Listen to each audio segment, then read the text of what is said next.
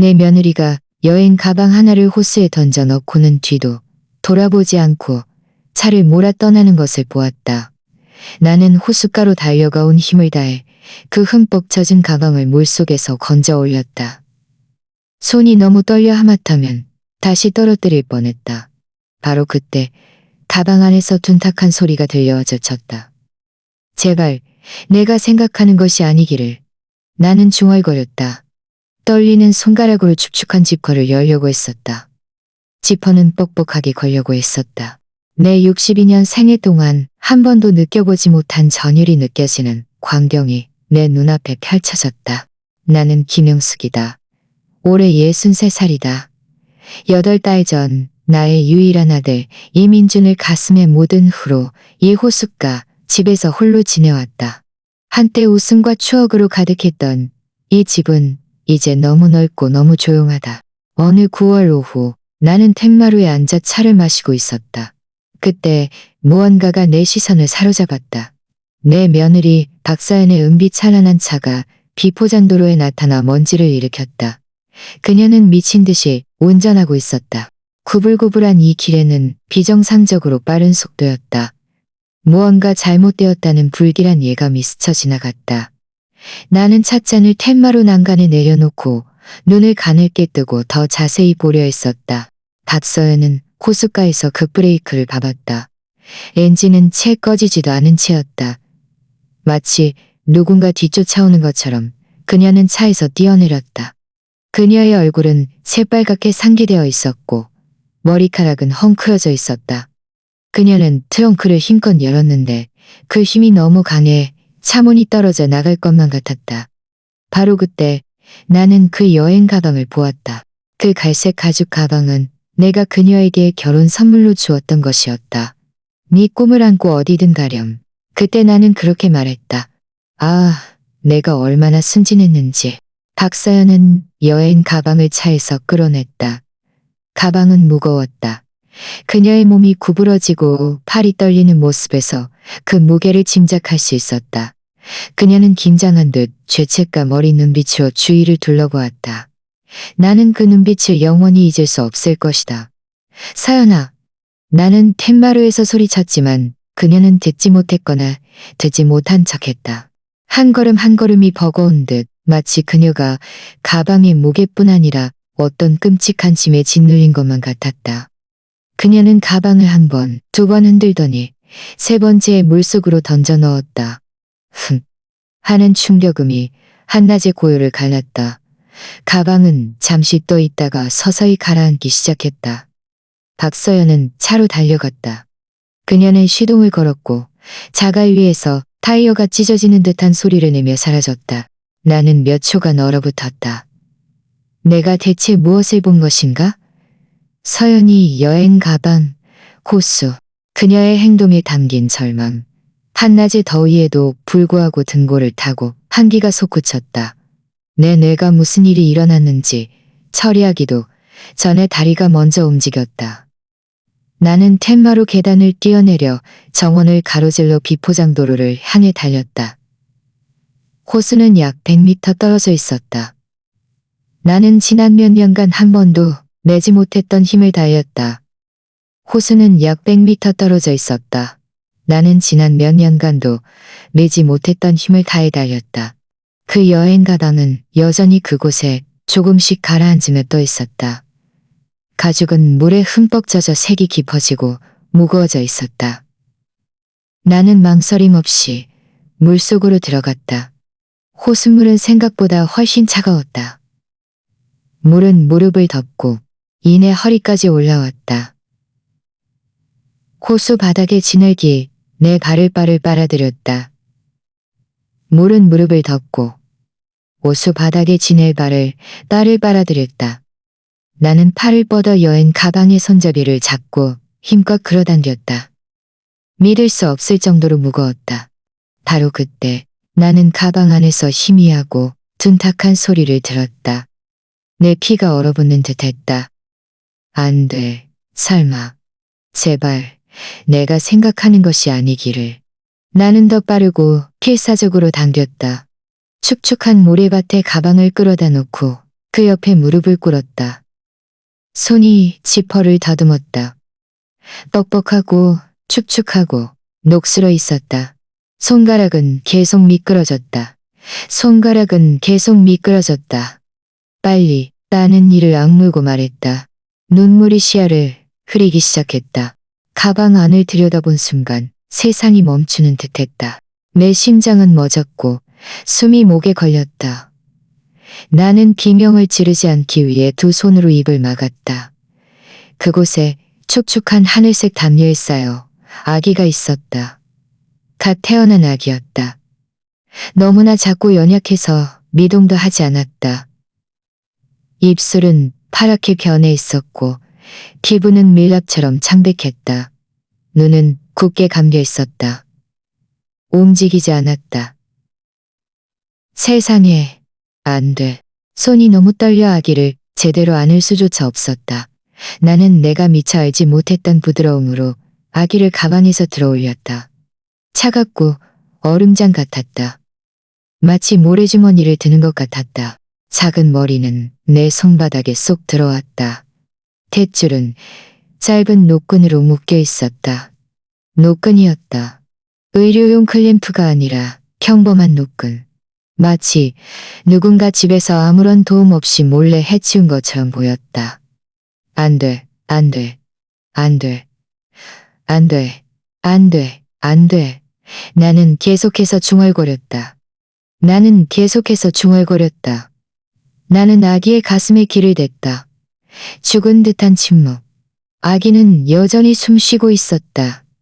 아주 희미했지만 아무 소리도 들리지 않았다. 바로 그때 나는 아주 희미한 숨결을 냈다. 나는 아기를 가슴에 꼭 안고 일어섰다. 다리가 후들거려 서 있을 수가 없었다. 나는 평생 한 번도 내보지 못한 속도로 집을 향해 달려갔다. 옷에서는 물이 뚝뚝 떨어졌고 맨발은 길가의 돌에 베어 피가 났지만 아픔은 전혀 느껴지지 않았다.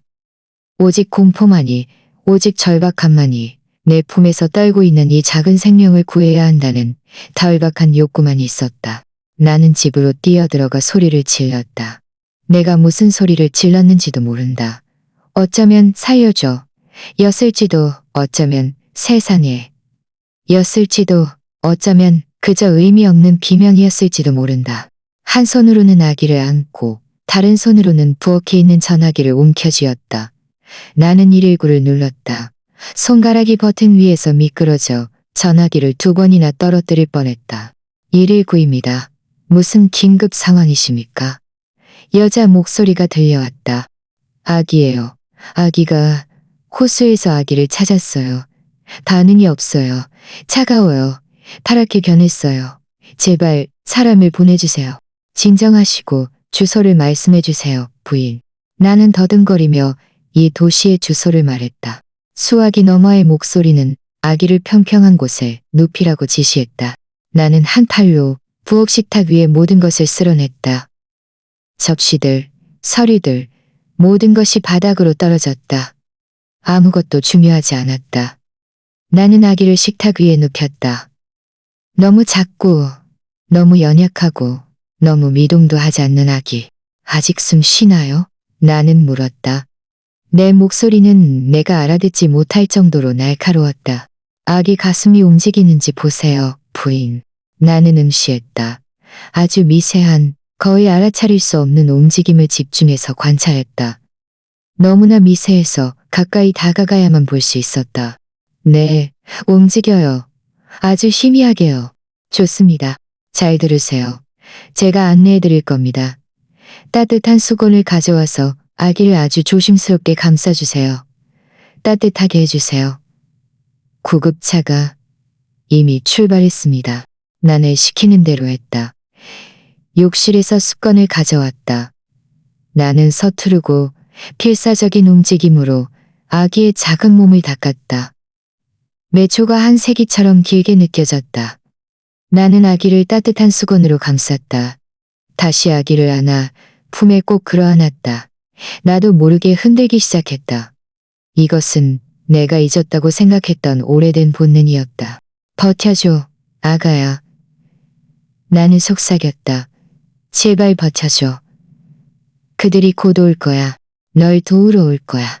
구급차가 도착하기까지의 몇 분은 내 인생에서 가장 길었던 시간이었다. 나는 아기를 안고 부엌바닥에 앉았다. 나는 노래를 불렀다. 내가 무슨 노래를 불렀는지도 모른다. 어쩌면 이민준에게 불러주던 그 자장가였을지도, 어쩌면 그저 의미 없는 소리였을지도 모른다. 나는 단지 아기가 혼자가 아니라는 것, 누군가 그를 안고 있고 누군가 그가 살아남기를 바란다는 것을 알리고 싶었을 뿐이다. 사이렌 소리가 정적을 갈랐다. 빨간색과 흰색 불빛이 창문을 통해 번쩍였다. 나는 문으로 달려갔다. 2명의 구급대원이 구급차에서 뛰어내렸다. 한 명은 희끗희끗한 수염을 가진 나이 든 남자였고 다른 한 명은 짙은 머리카락을 포니테일로 묶은 젊은 여자였다. 그녀는 내 품에서 아기를 빼앗아 갔는데 그 숙련된 움직임이 내 마음을 찢어놓는 듯했다. 그녀는 재빨리 아기를 검사했다. 달리 움직이를 꺼내 심장 소리를 들었다. 그녀는 재빨리 얼굴에는 표정이 없었지만 어깨가 긴장하는 것을 보았다. 그들은 아기를 작은 들것에 눕히고 산소 마스크를 씌웠다. 그들의 손은 빠르게 움직였다. 전선, 모니터, 내가 이해할 수 없는 장치들이 연결되었다. 남자가 나를 보았다. 우리와 함께 가시죠. 이건 질문이 아니었다. 나는 구급차에 올라탔다. 옆에 있는 작은 자리에 앉았다. 나는 그 모든 장비 속에서 너무나 작아 보이는 아기에게서 눈을 뗄 수 없었다. 구급차가 출발했다. 사이렌이 울부짖고 창밖 세상은 흐릿해졌다. 어떻게 찾으셨나요? 여자 구급대원이 일하면서 물었다. 여행 가방 안에요. 호수예요. 누군가 그걸 던지는 걸 봤어요. 그녀는 나를 한번 쳐다보고는 동료를 쳐다봤다. 나는 그들의 눈빛에서 무언가를 읽었다. 어쩌면 의심, 어쩌면 동정. 누구였는지 보셨나요? 나는 입을 열었다가 닫았다. 박서연, 내 며느리. 이민준의 장례식에서 세상이 끝난 것처럼 울던 그 여자. 그 여자가 방금 아기를 익사시키려 한 것이란 말인가?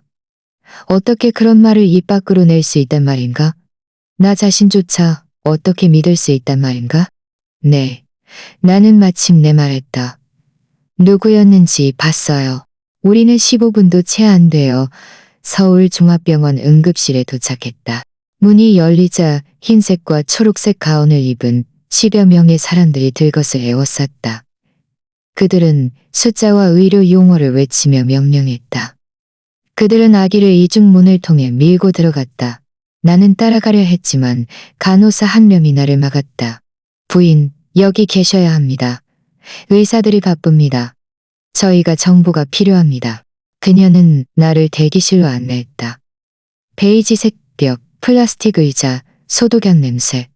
나는 앉았다. 온몸이 머리부터 발끝까지 떨렸다. 젖은 옷 때문인지 충격 때문인지 아마 둘 다일 것이다. 간호사가 내 맞은편에 앉았다.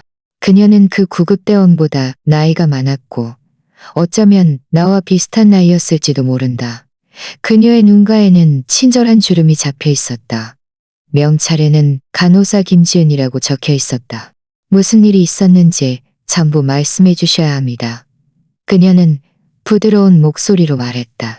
그래서 나는 박서연의 차를 본 순간부터 여행 가방을 연 순간까지 모든 것을 자세히 이야기했다. 김지은은 태블릿에 메모를 했다. 그녀는 고개를 끄덕이며 나를 방해하지 않았다. 내가 이야기를 마치자 그녀는 깊은 한숨을 쉬었다. 경찰이 부인과 이야기하고 싶어 할 겁니다. 그녀가 말했다. 살인 미수일 수도 있고 더 나쁠 수도 있습니다. 살인 미수. 그 단어들이 검은 새들처럼 허공을 맴돌았다. 내 며느리, 내 아들의 아내, 살인자.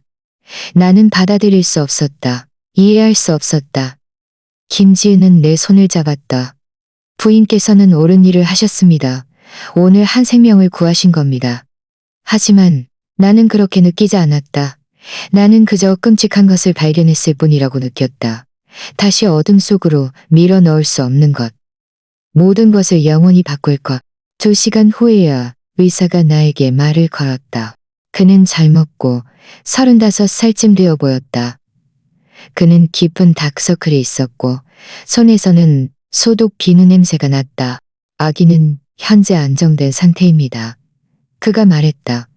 일단 신생아 중환자실에 있습니다. 심한 저체온증과 물 흡입이 있었고 폐에 영향을 미쳤습니다. 다음 사팔 시간이 중요합니다. 살아남을까요? 나는 물었다. 내 목소리는 깨져 있었다. 모르겠습니다. 그가 잔인하게 솔직하게 말했다. 최선을 다할 겁니다. 30분 후 경찰이 왔다. 2명의 경찰관. 한 명은 40살쯤 되어 보이는 여자로 머리카락을 단단히 묶고 있었다. 다른 한 명은 메모를 하는 젊은 남자였다. 여자는 자신을 강수진 형사라고 소개했다. 그녀는 거짓말을 꿰뚫어 볼 것 같은 어두운 눈을 가지고 있었다. 그들은 같은 질문을 다른 각도에서 계속해서 물었다. 나는 그 차, 정확한 시간, 박서연의 행동, 여행 가방, 모든 것을 묘사했다. 강수진 형사는 나를 강렬한 시선으로 보았다. 그 시선은 내가 아무 잘못도 하지 않았음에도 불구하고 죄책감을 느끼게 했다. 정말 부인 며느리였습니까? 확실합니까? 완전히 확실합니다. 그녀는 왜 그랬을까요? 모릅니다. 그녀는 지금 어디에 있습니까? 모릅니다. 오늘 전 마지막으로 그녀와 언제 이야기하셨습니까?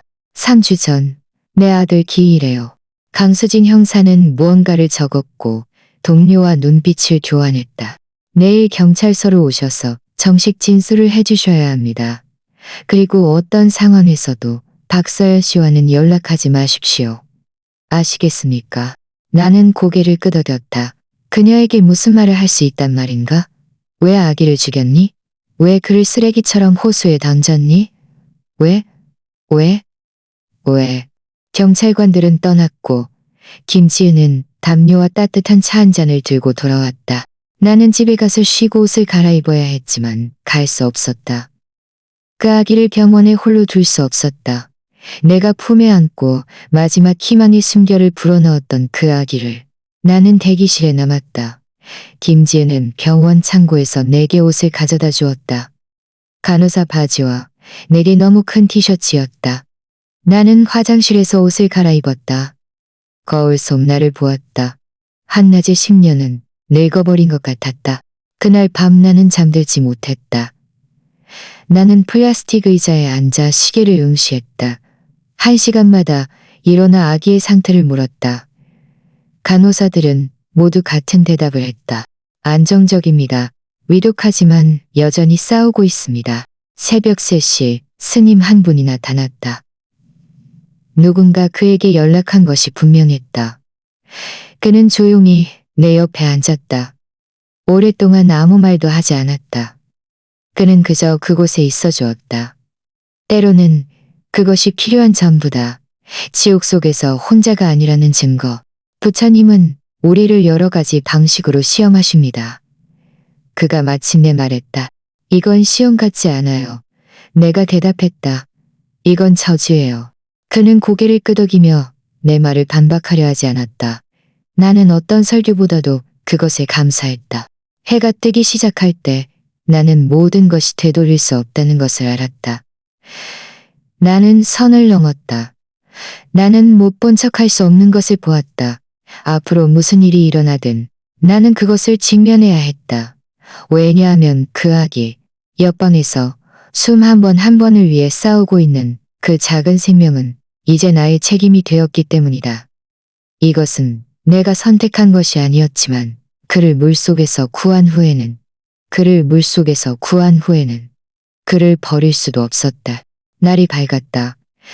나는 빛을 알아차리지도 못했다. 대기실 창문으로 빛이 쏟아져 들어와 모든 것을 연한 주황색으로 물들였다. 나는 밤새도록 플라스틱 의자에 앉아 있었다. 등은 아팠고 눈은 타는 듯 했지만 떠날 수 없었다. 눈을 감을 때마다 그 여행 가방이 가라앉는 모습이 보였다. 아침 7시 김지은이 커피와 은박지에 쌓인 샌드위치를 들고 나타났다. 좀 드셔야 합니다. 그녀가 내 손에 그것들을 쥐어주며 말했다. 식욕은 없었지만 그녀가 서서 기다리고 있었기 때문에 먹었다. 커피는 너무 뜨거워 혀를 데웠다. 샌드위치는 종이장 같았지만 그래도 삼켰다. 나는 정상적인 아침에 정상적인 일을 하는 정상적인 사람인 척 했었다. 여전히 안정적입니다. 김지은이 내 옆에 앉으며 말했다. 체온이 오르고 있고 폐가 치료에 반응하고 있습니다. 좋은 징조입니다. 제가 그를 볼 수 있을까요? 그녀는 고개를 저었다. 아직은 안 됩니다. 직계 가족만 가능합니다. 우리는 심지어 그의 가족이 누구인지도 모릅니다. 가족이라는 단어가 돌처럼 나를 강타했다. 그 아기에게는 가족이 있을 것이다. 어머니, 박서연. 하지만 그녀는 그를 죽이려 했다. 그럼 아버지는 누구인가? 그는 어디에 있는가? 왜 아무도 실종 신고를 하지 않았는가? 답 없는 질문들이 내 머릿속에 쌓였다. 9시에 강수진 형사가 다시 왔다. 이번에는 혼자였다. 그녀는 서리철을 들고 내 맞은편에 앉았다. 그녀의 표정은 심각했고 심문하는 듯했다. 그녀는 마치 내가 용의자인 것처럼 나를 보았다. 김영숙 씨, 몇 가지 더 질문해야 합니다. 그녀가 서리철을 열며 말했다. 제가 아는 모든 것을 이미 말씀드렸습니다. 합니다. 하지만 몇 가지 모순되는 점이 있습니다. 모순? 그 단어가 우리 사이에 비난처럼 떠다녔다. 나는 내장이 뒤틀리는 것을 느꼈다. 어떤 모순이요? 강수진 형사는 사진 한 장을 꺼냈다. 그녀는 그것을 우리 사이의 작은 탁자 위에 놓았다. 박서연의 차였다. 하지만 그것은 호숫가가 아닌 주차장에 있었다. 이 사진은 어제 오후 5시 20분, 30분 거리에 있는 한마트의 CCTV에 찍힌 것이었다. 오후 5시 20분. 내가 호숫가에서 그녀를 보았다고 주장한 지 불과 10분 후였다. 말도 안 돼요.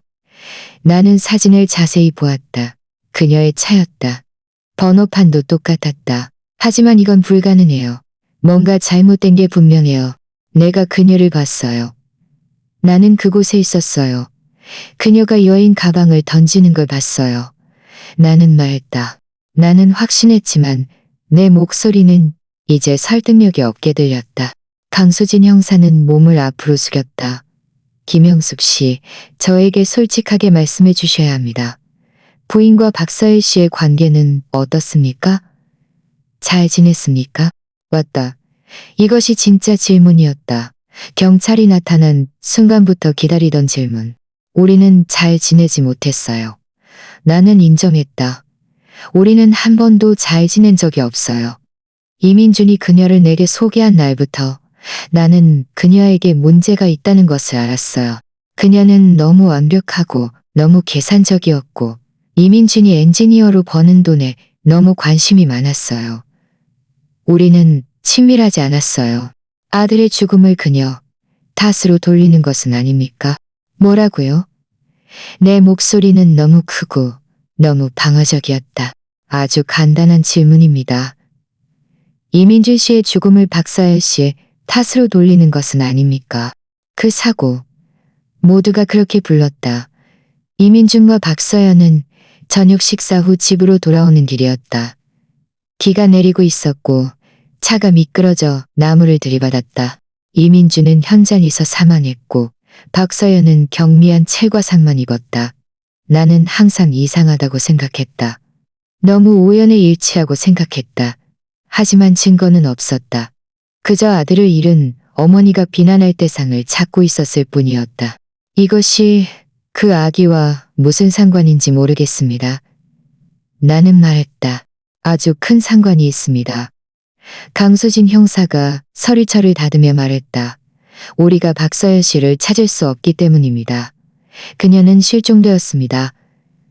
그녀의 집은 비어있고 휴대전화는 꺼져 있습니다.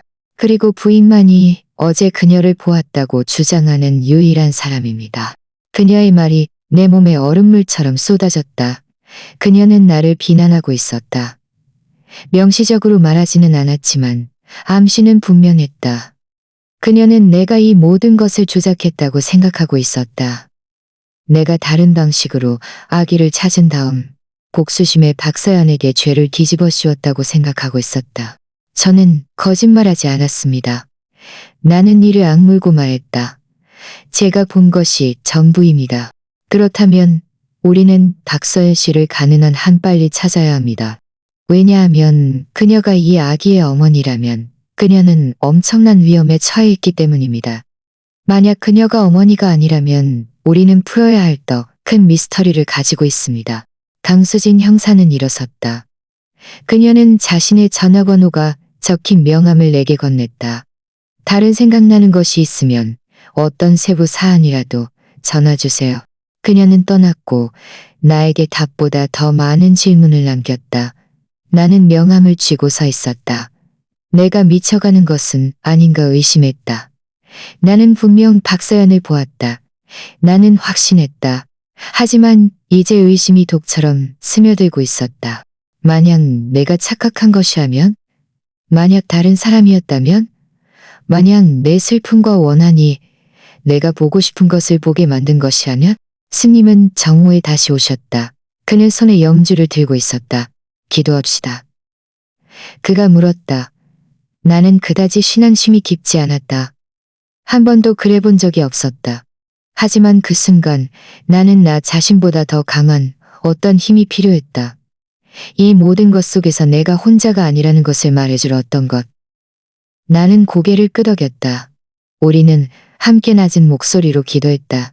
익숙한 경문들이 나를 진정시켰다. 기도가 끝난 후 나는 덜 부서진 느낌이 들었다. 경찰은 제가 거짓말을 한다고 생각해요. 내가 말했다. 진실은 항상 드러나기 마련입니다. 그가 대답했다.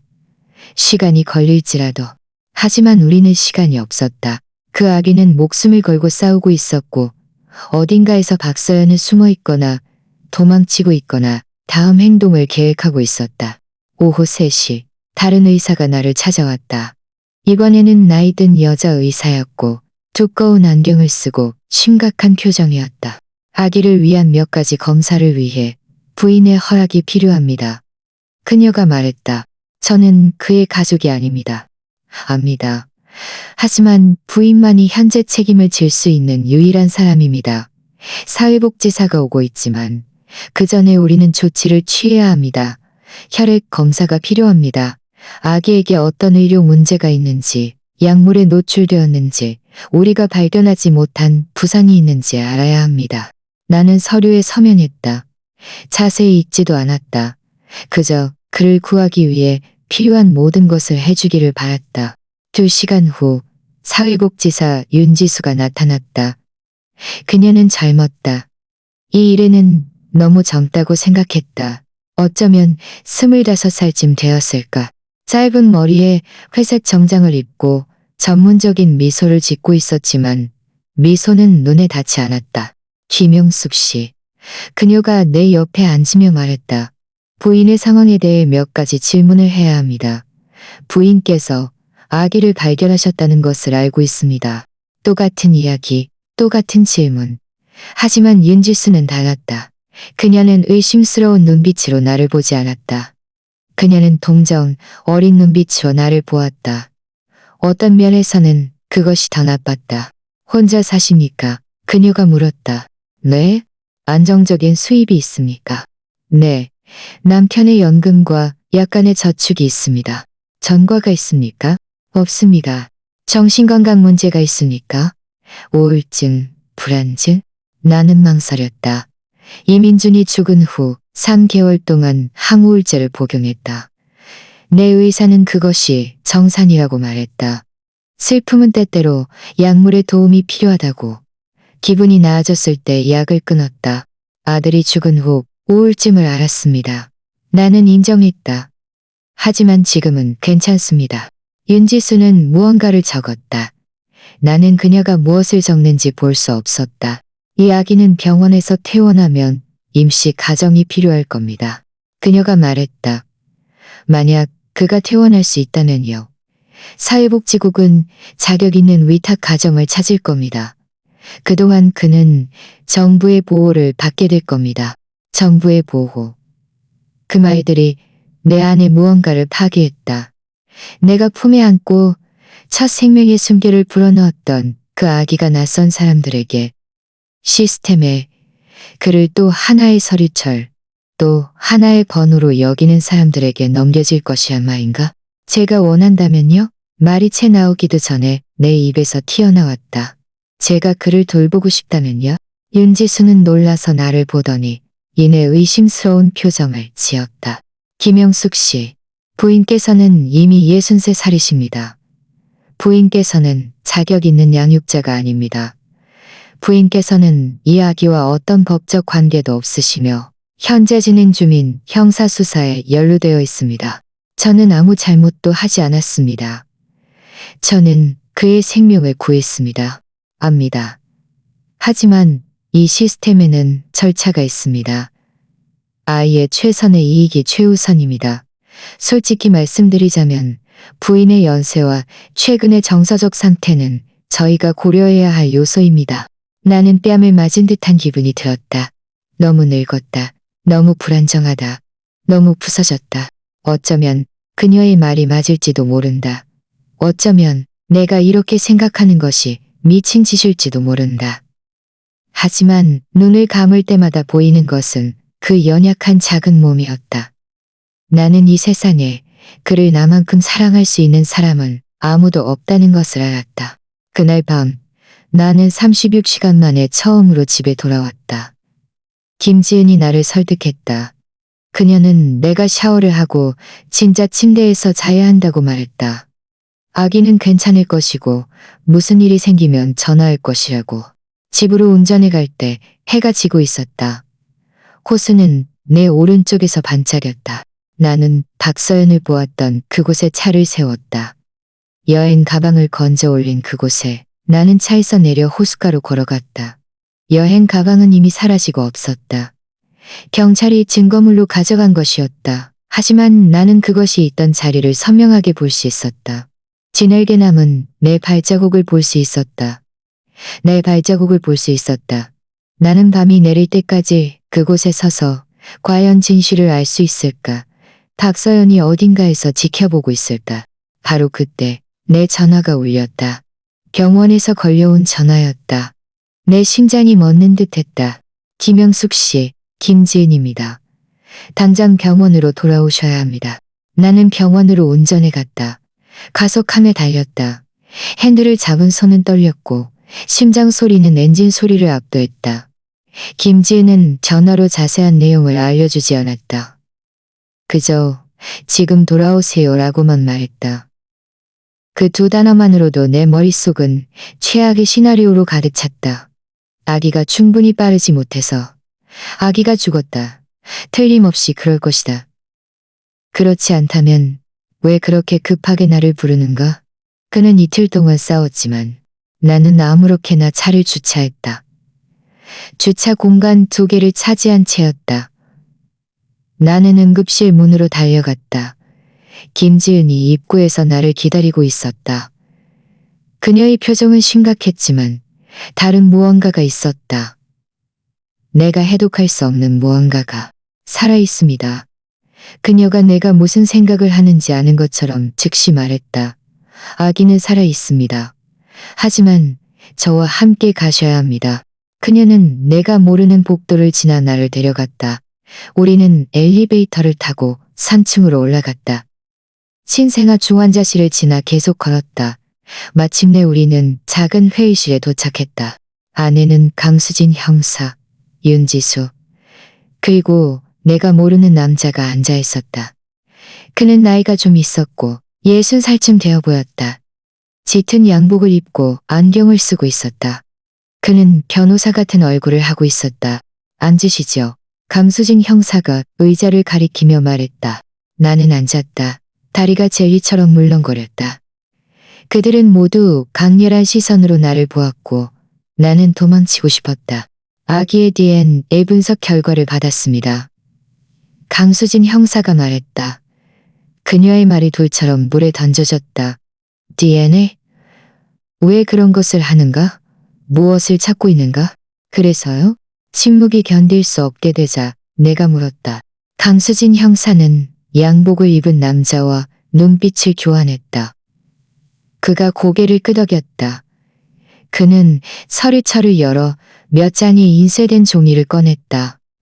그는 그것들을 내 앞에 놓았다. 이야기는 남자아이입니다. 의료 검사에 따르면 그는 약 3일 전에 태어났습니다. 강수진 형사가 잠시 멈췄다. 그리고 김영숙 씨, 그는 부인의 손자입니다. 세상이 멈췄다. 그 말들은 아무 의미가 없었다. 나는 들었지만 내 뇌는 처리하기를 거부했다. 내 손자? 말도 안 된다. 이민주는 8달 전에 죽었다. 그는 아이를 남기지 않았다. 임신도 아무것도 없었다. 말도 안 돼요. 나는 속삭였다. 결과는 명확합니다. 양복을 입은 남자가 말했다. 저는 이현우 박사입니다.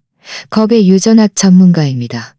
우리는 오류가 없는지 확인하기 위해 2번의 검사를 했습니다. 이 아기는 부인과 약 25%의 DNA를 공유합니다. 그는 확실히 부인의 친손자입니다. 부인의 아들 이민준 씨의 아들입니다. 이민준의 아들, 나의 이민준. 누군가 망치로 내 가슴을 강하게 내리친 것 같았다. 이민준에게 아들이 있었다. 그가 한 번도 만나보지 못한 아들. 호수에서 익사당할 뻔한 아들. 하지만 어떻게 그럴 수 있죠? 내 목소리는 멀리서 들리는 듯했다. 이민준은 8달 전에 죽었어요. 박서연은 한 번도 임신했다고 말한 적이 없어요. 맞습니다. 강수진 형사가 몸을 앞으로 숙이며 말했다. 박서연 씨는 사고, 당시 이미 임신 중이었습니다. 우리의 추정에 따르면 그녀는 이민준 씨가 죽기 약 한 달 전에 임신했습니다. 이것은 그녀가 알고 있었다는 것을 의미합니다. 방이 빙글빙글 돌았다. 박서연은 이민준이 죽었을 때 자신이 임신했다는 것을 알고 있었다. 왜 말하지 않았을까? 왜 9달 동안 임신 사실을 숨겼을까? 왜 몰래 아기를 낳고 자신의 아들을 죽이려 했을까? 이해할 수 없어요. 나는 말했다. 눈물이 시야를 흐리기 시작했다. 왜 그랬을까요? 그건 그녀의 아들이에요. 이민준의 아들이에요. 그것이 우리가 알아낼 것입니다. 강수진 형사가 말했다. 하지만 더 있습니다. 김영숙 씨, 제가 지금부터 하는 말을 아주 주의 깊게 들어주셔야 합니다. 나는 준비했다. 나는 무엇인지 몰랐지만 앞으로 더 나빠질 것이라는 것을 알았다. 우리는 부인의 아들 사고를 계속 조사해왔고 몇 가지 모순되는 점을 발견했습니다. 아주 큰 모순입니다. 어떤 모순이요? 이민준 씨의 차는 사고 후 검사되었습니다. 공식 보고서에는 빗길 미끄러짐으로 인한 것이라고 되어 있었습니다. 하지만 우리는 재검사를 요청했습니다. 그들은 브레이크 시스템에서 조작된 흔적을 발견했습니다. 조작. 그 단어가 폭탄처럼 떨어졌다. 조작, 살인. 내 아들은 사고로 죽은 것이 아니었다. 그는 살해당했다. 박서연 씨가 유력한 용의자입니다. 강수진 형사가 인정했다. 하지만 증거가 필요합니다. 우리는 그녀를 찾아야 합니다. 그녀는 완전히 사라졌습니다. 휴대전화도 사용하지 않고 은행 계좌도 움직이지 않았습니다. 마치 허공으로 사라진 것 같습니다. 나는 의자에서 일어섰다. 걸어야 했다. 공기가 필요했다. 나는 창가로 걸어갔다. 밖에서는 도시가 수백만 개의 불빛으로 반짝이고 있었다. 정상적인 사람들. 그리고 나는 이 악몽 속에 갇혀 있었다. 내 아들. 나는 유리창에 대고 속삭였다. 내 아들. 그녀가 그를 죽였어. 아무도 대답하지 않았다. 할 말이 없었다. 나는 어깨에 손이 닿는 것을 느꼈다. 윤지수였다. 한 가지 더 아셔야 할 것이 있습니다. 그녀가 속삭였다. 그 아기에 대해서요. 그의 미래에 대해서요. 나는 돌아섰다. 그녀의 눈은 친절하고 슬펐다. 이 아기가 부인의 친손자이기 때문에 부인께서는 법적인 권리를 가지십니다. 부인께서는 양육권을 신청할 수 있습니다. 하지만 그녀는 내가 입을 열기도 전에 한 손을 들어 올렸다. 하지만 이것은 긴 과정이 될 겁니다. 가정 방문, 심리 상담이 있을 겁니다. 그동안 아기는 정부의 보호를 계속 받게 될 겁니다. 안 돼. 그 단어가 외침처럼 터져나왔다. 그를 데려갈 수 없어요. 그는 이민준이 남긴 모든 것이에요. 그는 내 손자예요. 내 핏줄이에요. 이해합니다. 윤지수가 말했다. 믿어주세요. 이해합니다. 하지만 시스템에는 절차가 있습니다. 이 모든 일이 있은 후에 우리는 아기가 안전한지 확인해야 합니다. 그는 낯선 사람들과 함께 있는 것보다 저와 함께 있는 것이 더 안전할 겁니다. 어쩌면요. 하지만 이 결정은 제가 내릴 수 있는 것이 아닙니다. 판사와 아동복지국이 결정할 겁니다. 이현우 박사가 처음으로 입을 열었다. 우리는 또 다른 요소를 고려해야 합니다. 이 아기는 심각한 트라우마를 겪었습니다. 저체온증, 거의 익사할 뻔했습니다. 다음 몇 주가 그의 발달의 결정적인 시기입니다. 그는 전문적인 보살핌, 치료, 지속적인 의료 추적이 필요합니다. 저는 필요한 모든 것을 할 겁니다. 내가 말했다. 모든 것이요? 강수진 형사가 일어섰다. 김영숙 씨, 한 가지를 분명히 해두셔야 합니다. 부인께서는 용의자가 아닙니다. 우리는 부인의 진술을 믿습니다. 하지만 부인께서 손자라고 해서 그를 데려갈 수 있는 것은 아닙니다. 법적 절차가 있습니다. 그동안 우리의 최우선 과제는 박서연 씨를 찾는 것입니다. 부인의 도움이 필요합니다. 어떻게요? 박서연 씨가 언급했던 특별한 장소, 부동산, 혹은 숨을 만한 친구나 친척이 있는지 생각해 보세요. 나는 눈을 감았다. 3년간 이민준과 결혼 생활을 하는 동안 그녀와 나는 모든 대화를 되짚어 보았다. 그것들은 적고 피상적이었다. 그녀는 가족에 대해 이야기한 적이 없었고 과거에 대해 언급한 적도 없었다. 마치 그녀의 삶은 이민준을 만난 날부터 허공에서 나타난 것 같았다. 그녀에게 이모가 있었어요. 나는 갑자기 말했다. 북쪽 변방에 가까운 곳에 이민준이 한 번 언급했어요. 박서연이 그 북쪽 변방 마을에서 이모와 함께 자랐다고. 강수진 형사는 재빨리 메모했다. 이름이 뭐죠? 모릅니다. 이민준은 말하지 않았어요. 이것은 단서입니다. 강수진 형사가 말했다. 우리가 조사할 겁니다. 모두 떠났고 김지은만이 나와 함께 차갑고 텅 빈 회의실에 남았다. 손자를 보고 싶으세요? 그녀가 물었다. 나는 말을 잇지 못하고 고개를 끄덕였다. 그녀는 보안문을 지나 중환자실로 나를 데려갔다. 그녀는 내게 손을 씻고 무균 가운을 입게 했다. 그리고는 나를 구석에 있는 인큐베이터 앞으로 데려갔다. 그곳에 그가 있었다. 내 손자, 이민준의 아들. 너무나 작고 연약해서 튜브와 전선으로 뒤덮여 있었지만 그는 여전히 숨 쉬고 있었다. 여전히 싸우고 있었다. 그는 이민준의 검은 머리카락, 이민준의 코, 이민준의 코, 이민준의 길쭉한 손가락을 가지고 있었다. 만져봐도 될까요? 나는 속삭였다. 네, 하지만 조심스럽게요. 나는 인큐베이터 구멍으로 손을 뻗었다. 작은 손을 만졌다. 너무나 부드럽고 따뜻했다. 그의 작은 손가락이 내 검지손가락을 잡았다. 반사적인 움직임이었지만 약속처럼 느껴졌다. 안녕, 아가야. 나는 속삭였다. 나는 네 할머니란다. 널 지켜줄게. 아무도 다시는 널 해치지 못하게 할 거야. 네 아빠의 기억에 맹세할게. 김지은이 내 어깨에 손을 얹었다. 이름이 필요합니다. 그녀가 속삭였다.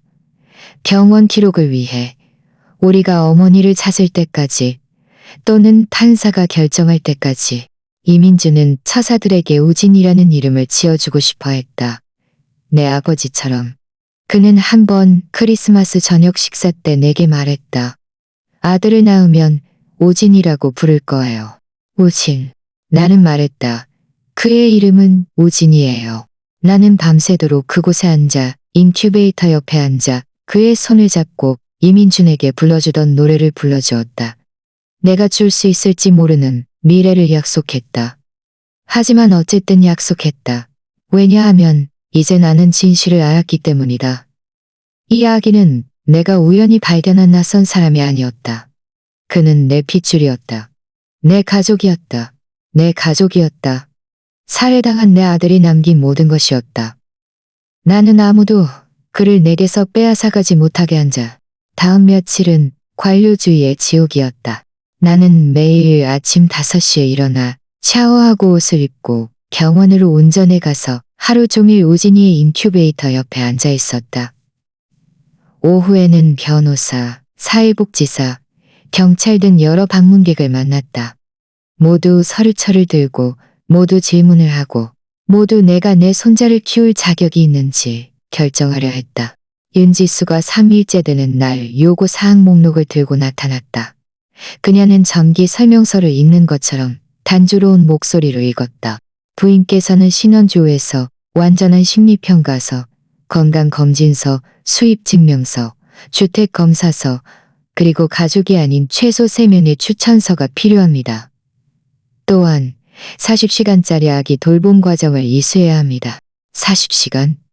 마치 내가 아들을 성인이 될 때까지 키우지 않은 것처럼. 마치 내가 기저귀 갈거나 우유 타는 법을 모르는 것처럼. 하지만 나는 아무 말도 하지 않았다. 그저 고개를 끄덕이고 그녀가 내민 서류를 받았다.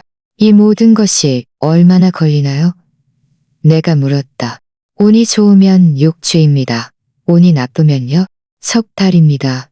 석 달. 내가 그를 키울 가치가 있다는 것을 증명하기 위해 관료적인 장애물을 넘는 동안 오진이는 위탁 가정에서 지내게 될 것이었다. 그럼 그동안 그는 어떻게 되나요? 그는 병원에서 퇴원하면 공인된 임시 위탁 가정으로 갈 겁니다. 그는 적절한 보살핌을 받을 겁니다. 부인께서는 일주일에 2번 감독하에 면회할 수 있습니다. 일주일에 2번. 그것도 감독하에. 마치 내가 위협적인 존재인 것처럼. 마치 내가 그를 익사해서 구한 사람이 아닌 것처럼. 그날 밤 나는 스님에게 전화했다. 추천서가 필요했다. 내가 위험하지 않고 유능하고 해낼 수 있다고 말해줄 누군가가 필요했다. 그는 다음날 우리 집으로 오셨다. 그는 내 부엌에 앉아 이민준에게 자주 끓여주던 같은 차를 마셨다. 당연히 도와드릴 겁니다. 그가 말했다. 부인께서는 제가 아는 가장 강한 여성 중 한 분이십니다. 이 아이에게 부인 같은 분이 계신 것은 축복입니다. 하지만 나는 강하다고 느끼지 않았다. 나는 그저 늙고 지쳤고 두려웠다. 나는 63살이다. 내가 65살이 되었을 때 2살짜리 아이를 어떻게 쫓아다닐 수 있을까? 내가 70살이 되었을 때 그의 숙제를 어떻게 도와줄 수 있을까? 내가 80살까지 산다면 그의 졸업식에 어떻게 참석할 수 있을까? 나는 너무 늙었다. 자격이 없다. 처음으로 나는 이 말을 큰 소리로 내뱉었다. 스님은 찻잔 위로 나를 보셨다. 고대의 성인들도 늦은 나이에 아이를 얻었습니다. 사랑만 있다면 나이는 숫자에 불과합니다. 나는 그를 믿고 싶었다. 정말로. 나흘째 되는 날, 김지은은 오진이를 돌보는 방법을 가르쳐 주었다. 작은 머리를 어떻게 받쳐야 하는지, 그 작은 기저귀를 어떻게 갈아야 하는지, 분유를 정확한 온도로 맞추는 방법. 처음에는 손이 떨렸다. 갓난아기가 얼마나 연약하고 얼마나 의존적이며 얼마나 조심스럽게 다뤄야 하는지 잊고 있었다. 아주 잘하고 계세요. 내가 서투르게 할 때마다 김지은은 그렇게 말했다. 하지만 전혀 잘하고 있다고 느껴지지 않았다. 마치 외줄타기를 하는 것 같았다. 한 번의 잘못된 움직임으로 모든 것이 무너질 것만 같았다. 5일째 되는 날 강수진 형사가 새로운 소식을 가져왔다. 박서연 씨의 이모를 찾았습니다. 그녀가 말했다. 그녀는 북쪽 변방에서 100km 떨어진 강원도 고성군의 작은 마을에 살고 있습니다. 우리가 그녀에게 물어보니 그녀는 2년 동안 박서연 씨를 보지 못했다고 합니다. 둘이 싸웠답니다. 박서연 씨가 그녀에게 3만 원을 빌렸는데 아직 갚지 않았다고 합니다. 박서연과 관련된 일은 항상 돈과 관련이 있었다. 이민주는 엔지니어로서 월 취업료만 원 정도를 벌었다. 그는 저축도 있었고 2억 원짜리 생명보험도 있었다. 박서연이 수혜자였다. 그녀가 보험금을 받았나요? 내가 물었다. 강수진 형사는 고개를 끄덕였다. 4개월 전 2억 원이 그녀의 계좌로 입금되었습니다. 이 주 후에 그녀는 모든 돈을 케이맨 제도의 역의 계좌로 이체했습니다. 우리가 추적하려고 하지만 복잡합니다. 2억 원. 그것이 내 아들의 목숨 값이었다. 그녀는 그를 어떤 조세 피난처에 숨겨두고 동시에 자신의 아이를 죽일 계획을 세우고 있었다. 왜요? 내가 말했다. 이 질문은 매일 밤 나를 괴롭혔다. 왜 아이를 죽이려 했을까요? 입양을 보낼 수도 있었고 병원에 버릴 수도 있었어요. 왜 그를 익사시키려 했을까요? 강수진 형사는 오랫동안 침묵했다. 하나의 가설이 있습니다. 그녀가 마침내 말했다. 우리는 박서연 씨의 재정 상태를 계속 조사해왔고 흥미로운 점을 발견했습니다. 이민준 씨는 죽기 2주 전에 유언장을 바꿨습니다. 그는 모든 것을 미래의 자녀들에게 남겼습니다. 박서연 씨가 아니라 그의 자녀들에게요. 나는 숨을 들이켰다. 이민준이 알았다. 어떻게 알았을까? 박서연이 임신했다는 것을 알고 유언장을 바꿔 아이를 보호하려고 했다. 그녀는 돈 때문에 그를 죽였어요. 나는 속삭였다. 우리는 그렇게 생각합니다. 강수진 형사가 말했다. 그리고 그녀는 아이가 살아 태어나면 유산이 아이에게 갈 것이라는 것을 알았습니다. 그래서 그녀는 아이도 없애기로 결정했습니다. 그 순수한 아기에 나는 할 말을 잃었다. 그녀는 내 아들을 죽였다. 그녀는 10달 동안 아이를 품었고 홀로 아이를 낳았다. 그리고 자신의 친자식을 익사시키려 했다. 이 모든 것이 돈 때문이었다. 그녀를 체포할 충분한 증거가 있습니까? 우리가 그녀를 찾으면요. 하지만 그녀는 여전히 행방불명입니다. 그녀는 똑똑합니다. 그녀는 우리가 찾고 있다는 것을 알고 있습니다. 날들은 추가되었고 오진임은 점점 더 강해졌다. 의사들은 그의 몸에서 튜브를 하나씩 제거했다. 그는 스스로 숨쉬고 스스로 먹기 시작했다. 강하고 건강한 폐로 울었다. 의사들은 그것을 의료 기적이라고 불렀다. 그런 일을 겪은 아기는 그렇게 잘 회복되어서는 안 된다고. 하지만 나는 그것이 단순히 의학적인 것이 아니라는 것을 알았다. 그것은 의지력이었다. 그것은 이민준의 정신이 그 작은 몸 안에 살았다. 나는 모든 요구 사항을 완료했다.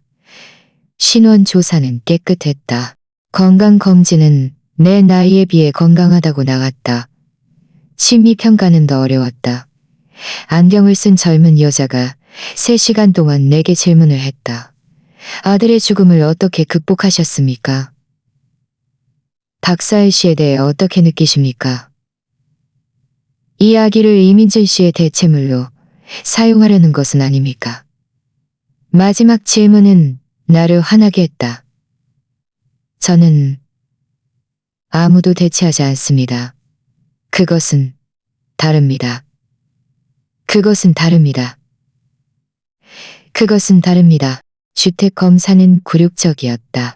2명의 여자가 구석구석을 살피고 찬장을 열고 냉장고를 확인하고 창문이 안전한지 측정하고 연기 감지기 수를 세고 화재 시 비상 계획에 대해 물었다. 자격 있는 아기 침대가 필요합니다. 기저귀 교환대, 모든 계단에는 안전문, 찬장에는 안전잠금 장치, 콘센트에는 보호 덮개가 필요합니다. 나는 아기 용품에 1억만 원을 썼다. 내 연금은 기본적인 생활비를 겨우 충당할 정도였다. 나는 저축을 써야 했다. 하지만 상관없었다. 오진이는 그럴 가치가 있었다. 아기 돌봄 과정은 최악이었다. 15명의 젊은 엄마들과 나. 그들은 모두 마치 내가 잘못된 교실에 들어온 늙은 할머니인 것처럼 나를 보았다. 강사는 25살에 불과했다. 그녀는 내가 이미 알고 있는 것들을 모욕적인 속도로 설명했다. 아기는 3시간마다 먹여야 하고, 배고프거나 기저귀가 젖으면 울고, 절대 아기를 흔들어서는 울고, 절대 아기를 흔들어서는 울고, 절대 아기를 흔들어서는 안 된다고. 내가 이미 아들을 성인이 될 때까지 내가 무엇을 하고 있는지, 내가 무엇을 하고 있는지, 내가 무엇을 하고 있는지, 오진이를 발견한 지 6주 후, 윤지수가 희미한 미소를 띠고 병원에 나타났다. 모든 요구 사항을 완료하셨습니다. 그녀가 말했다. 판사가 다음 주에 부인의 사건을 검토할 겁니다. 모든 것이 잘 풀리면 2주 후에 임시 양육권을 얻을 수 있습니다. 2주, 42일간의 관료적 지옥을 겪은 후 마침내 내 손자를 집으로 데려올 수 있게 된 것이다. 하지만 바로 그날 밤 모든 것이 잘 풀리는 듯할 때 내 전화가 울렸다. 강수진 형사였다. 그녀의 목소리는 긴장되어 있었다. 김영숙 씨, 당장 경찰서로 와주셔야 합니다. 우리가 무언가를 발견했습니다. 이민준 씨에 관한 것입니다. 보셔야 합니다. 나는 뒤틀린 마음을 안고 경찰서로 갔다. 강수진 형사가 입구에서 나를 기다리고 있었다. 그녀의 표정은 평소보다 더 심각했다. 그녀는 나를 좁은 복도를 지나 신문실로 데려갔다.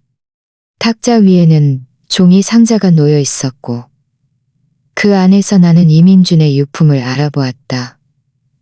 그의 지갑, 시계, 부서진 휴대전화, 사고 후 내게 돌려준 것들이었다. 이게 뭐죠? 내가 물었다. 마침내 그의 휴대전화 잠금을 해제했습니다. 강수진 형사가 말했다. 우리 기술자들이 몇 주 동안 해독했습니다. 우리가 무언가를 찾았습니다. 그녀는 황갈색 서류 봉투를 꺼내 열었다. 몇 장의 인쇄된 종이를 탁장 위에 펼쳤다. 이민준과 박서연 사이에 문자 메시지 스크린샷이었다. 날짜는 그들이 죽기 2주 전이었다. 나는 첫 번째를 읽었다. 이민준이 박서연에게 보낸 메시지였다. 아기에 대해 이야기해야 해. 박서연의 답장. 무슨 소리 하는지 모르겠어. 이민준이 다시 보냈다. 욕실에서 임신 테스트기를 발견했어. 왜 말하지 않았어? 3시간의 침묵. 그리고 박서연. 아직 말할 준비가 안 됐어. 무서웠어. 무엇이 무서워? 나는 네 남편이야. 우리는 부모가 될 거야. 이건 멋진 일이야. 또다시 침묵. 그리고 낳고 싶지 않아. 누군가 나를 주먹으로 강하게 때린 것 같았다. 나는 계속 읽었다. 손이 떨렸다. 이민준, 낳고 싶지 않다는 게 무슨 뜻이야? 서연아, 아직 준비가 안 됐어. 엄마가 되고 싶지 않아. 여행하고 싶고 인생을 즐기고 싶어. 아기에게 묶이고 싶지 않아. 그는 우리 아이야. 이건 실수였어. 그런 말 하지 마. 제발, 우리는 함께 노력할 수 있어. 내가 도와줄게. 우리 엄마도 우리를 도와줄 거야. 도움 필요 없어.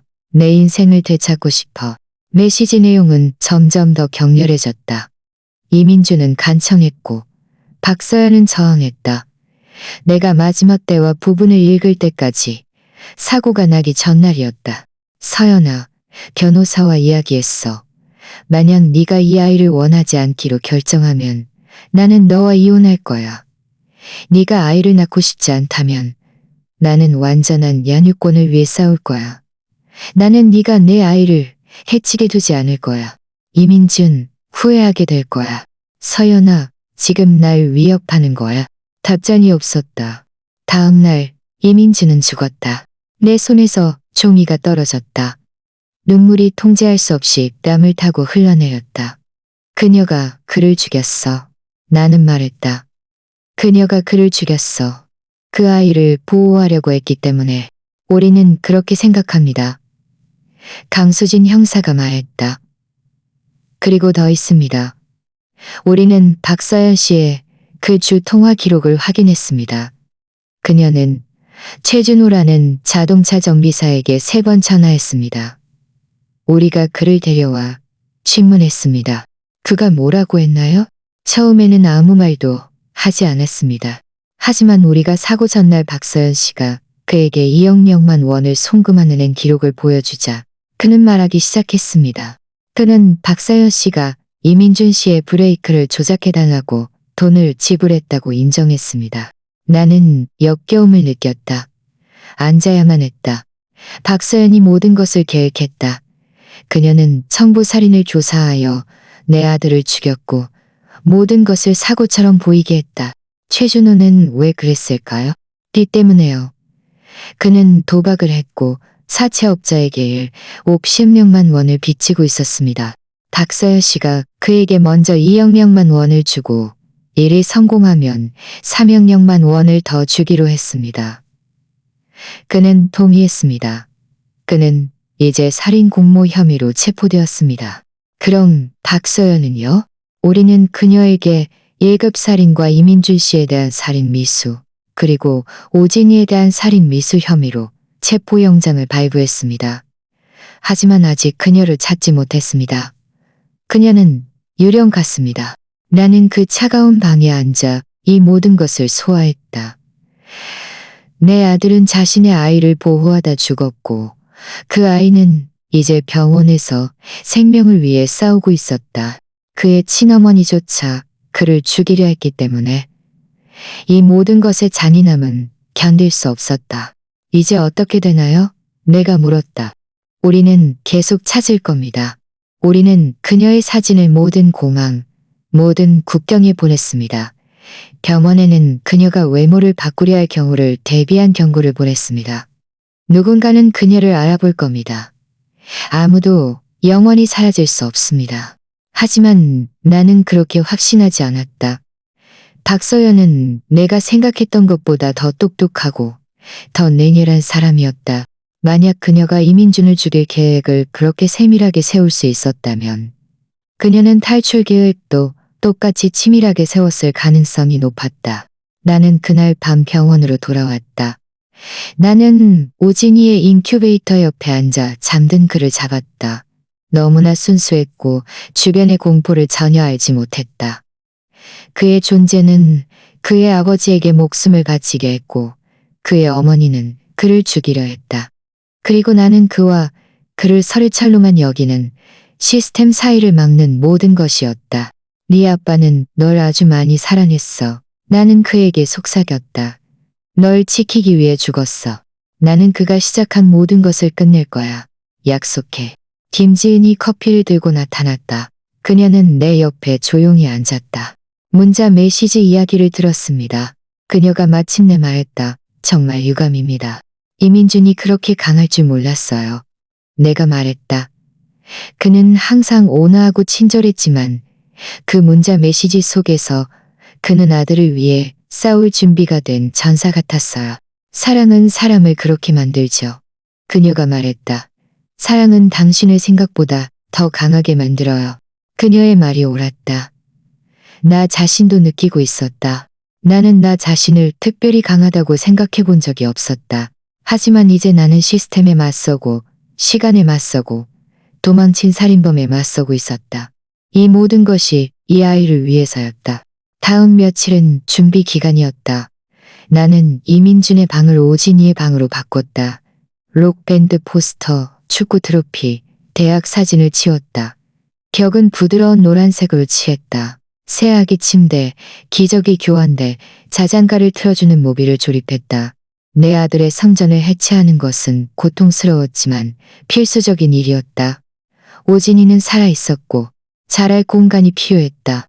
스님이 방을 축복하러 오셨다. 그는 구석구석에 성수를 뿌렸다. 그는 오진이의 평화, 나의 힘, 그리고 이민준의 정의를 위해 기도했다. 하느님께서는 모든 것을 계획하고 계십니다. 그가 말했다. 우리가 항상 이해할 수는 없지만요. 어떤 계획이 선한 사람을 죽게 하고 아기를 거의 익사시킬 뻔하게 만드나요? 내가 씁쓸하게 물었다. 이것은 악을 구원으로 바꾸는 계획입니다. 그가 말했다. 박서연은 이 가정을 파괴하려 했지만 보세요. 이민주는 유산을 남겼고 부인께서는 새로운 삶의 목적을 찾으셨습니다. 이야기는 엄청난 역경 속에서 살아남았습니다. 악은 승리하지 못했습니다. 사랑이 승리했습니다. 나는 그를 믿고 싶었다. 어떤 날은 믿을 수 있었지만 다른 날은 어둠만 보였다. 법원 심리는 화요일로 잡혔다. 나는 내 가장 좋은 정장을 입었다. 이민준의 장례식에 입었던 그 정장이었다. 윤지수가 나와 동행했다. 우리는 작은 법정으로 들어갔다. 판사는 50살이 넘은 여자였고 희끗희끗한 머리를 묶고 심각하지만 불친절하지 않은 표정이었다. 그녀는 내 모든 서류, 증명서, 추천서, 평가보고서, 주택검사보고서를 검토했다. 그녀는 모든 페이지를 꼼꼼히 읽었다. 마침내 그녀는 고개를 들었다. 김영숙 씨. 그녀가 말했다. 저는 부인의 사건을 신중하게 검토했습니다. 63살의 여성이 갓난아기의 양육권을 신청하는 것은 매우 이례적인 일입니다. 하지만 할머니가 익사할 뻔한 손자를 구한 것도 매우 이례적인 일입니다. 내 심장은 요동쳤고 모두가 들을 수 있을 것이라고 확신했다. 저는 병원 관계자, 사회복지사, 그리고 부인의 추천인들과 이야기했습니다. 그들은 모두 같은 말을 했습니다. 부인께서는 매우 헌신적이고 사랑이 많으며 능력 있는 분이십니다. 그 아기가 그날 그곳에서 부인께 발견된 것은 행운입니다. 눈물이 솟구치는 것을 느꼈지만 참았다. 저는 이 사건에 대한 형사보고서도 읽었습니다. 아기의 어머니가 아버지 살해 혐의를 받고 그 후 아기를 살해하려 했다는 사실. 상상할 수 없을 정도로 끔찍합니다. 이 아이는 안정적인 환경이 필요합니다. 그는 사랑이 필요하고 그를 보호해줄 사람이 필요합니다. 잠시 멈춤. 길고 끝없이 느껴지는 멈춤. 따라서 저는 김영숙 씨에게 아기에 대한 임시 양육권을 6개월간 부여합니다. 그동안 사회복지국은 매월 방문하여 진행 상황을 평가할 것입니다. 6개월 후 우리는 영구 양육권으로 전환할지 여부를 재검토할 것입니다. 축하드립니다. 할머니. 판사의 망치가 내려쳤다. 나는 갑자기 다시 숨을 쉴 수 있었다. 나는 법정에서 울었다. 안도감에, 감사함에, 두려움에, 이 모든 것에 울었다. 윤지수가 나를 안았다. 해내셨어요. 그녀가 속삭였다. 그를 집으로 데려갈 수 있게 되었어요. 사흘 후. 내가 그를 호수에서 구한 지 6주 만에 나는 우진이를 집으로 데려왔다. 김지은이 안전, 카시트에 그를 태우는 것을 도와주었다. 그녀는 그를 안는 방법, 먹이는 방법, 문제의 징후를 알아차리는 방법 등 모든 것을 다시 설명해 주었다. 그는 괜찮을 겁니다. 그녀가 말했다. 도움이 필요하면 언제든지 전화하세요. 나는 시속 20km로 집으로 운전했다. 모든 움푹 파인 곳이 나를 놀라게 했고 우리 집 앞을 천천히 지나가는 모든 차가 나를 긴장시켰다. 하지만 우리는 안전하게 도착했다. 나는 우진이를 안고 집으로 들어갔다. 그의 방으로 데려갔다. 그를 아기 침대에 눕혔다. 그는 이 공간에서 너무나 작고 연약해 보였다. 하지만 그는 여전히 숨 쉬고 있었다. 살아 있었다. 그는 안전했다.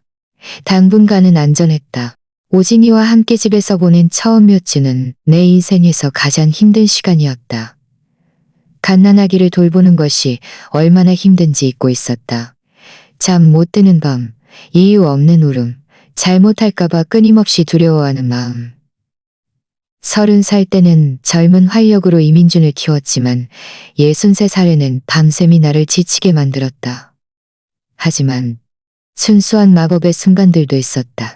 우진이가 작은 손으로 내 손가락을 잡을 때, 내 목소리를 듣고 울음을 멈출 때, 이민준과 똑같은 그 깊은 작은 눈을 뜨고 나를 바라볼 때 마치 내가 그의 전부인 것처럼 그 순간들 나는 모든 피곤함이 같이 있다는 것을 알았다. 김지은은 일주일에 3번 왔다. 그녀는 내가 잊었던 기술들을 가르쳐 주었다. 트림을 더 쉽게 시키는 방법, 그를 더 잘 재우기 위해 속삭이로 싸는 방법, 그의 다른 울음소리를 구분하는 방법. 그녀는 단순히 간호사가 아니었다. 그녀는 친구가 되었고 구원자가 되었다. 정말 잘하고 계세요. 그녀는 항상 내게 말했다. 하지만 나는 잘한다고 느끼지 않았다. 그저 두려웠다. 밤에는 모든 이상한 소리가 나를 잠에서 깨웠고 우리 집 앞을 천천히 지나가는 모든 차가 나를 긴장시켰다. 박서연은 어딘가에서 자유롭게 돌아다니고 있었다. 경찰은 그녀가 이미 이 나라를 떠났을 가능성이 높다고 말했지만, 반영성이 높다고 말했지만 나는 그녀가 어딘가 가까이에서 지켜보고 기다리고 있다는 느낌을 떨칠 수 없었다. 내가 전혀 없는 돈이었다. 하지만 우진이의 안전은 값으로 매길 수 없었다. 그를 집으로 데려온 지 3주 후 어느 날 밤, 나는 무언가를 발견했다. 나는 상자에 넣어둔 이민준의 물건들을 정리하고 있었다. 그의 옷책, 서류들. 한 상자 바닥에서 나는 일기장 한 권을 찾았다. 갈색 가죽은 달아 있었다. 나는 이민준이 일기를 쓰는 습관이 있다는 것을 몰랐다. 나는 떨리는 손으로 그것을 열었다. 앞 페이지들은 몇 년 전의 기록들이었다. 그의 일에 대한 생각, 그의 일에 대한 생각. 하지만 나는 작년 기록으로 넘어갔다. 그가 박서연을 만난 해였다. 오늘 한 사람을 만났다. 4년 전의 일기에는 그렇게 적혀 있었다. 그녀의 이름은 박서연이다. 그녀는 아름답고 똑똑하고 신비롭다. 그녀에게는 잡을 수 없는 무언가가 있다. 나는 그녀에게 호기심이 많다. 나는 계속 읽었다. 박서연에 대한 기록은 점점 더 자주 나타났다. 이민주는 사랑에 빠졌고 완전히 매료되었다. 하지만 의심도 있었다. 가끔 나는 그녀를 잘 모르는 것 같다. 그녀는 가족에 대해 이야기하지 않는다. 내가 모르면 화제를 돌린다. 마치 그녀의 인생은 우리가 만난 날부터 시작된 것 같다. 또 다른 기록. 박서연이 내 은행 명세서를 훔쳐보는 것을 발견했다. 그녀는 그저 궁금해서 그랬다고 했지만 뭔가 잘못된 느낌이었다. 왜 먼저 묻지 않고 그것을 보려 했을까? 그리고 나를 소름 끼치게 만든 기록. 그가 죽기 한 달 전의 날짜였다. 박서연이 임신했다. 임신 테스트기를 발견했다.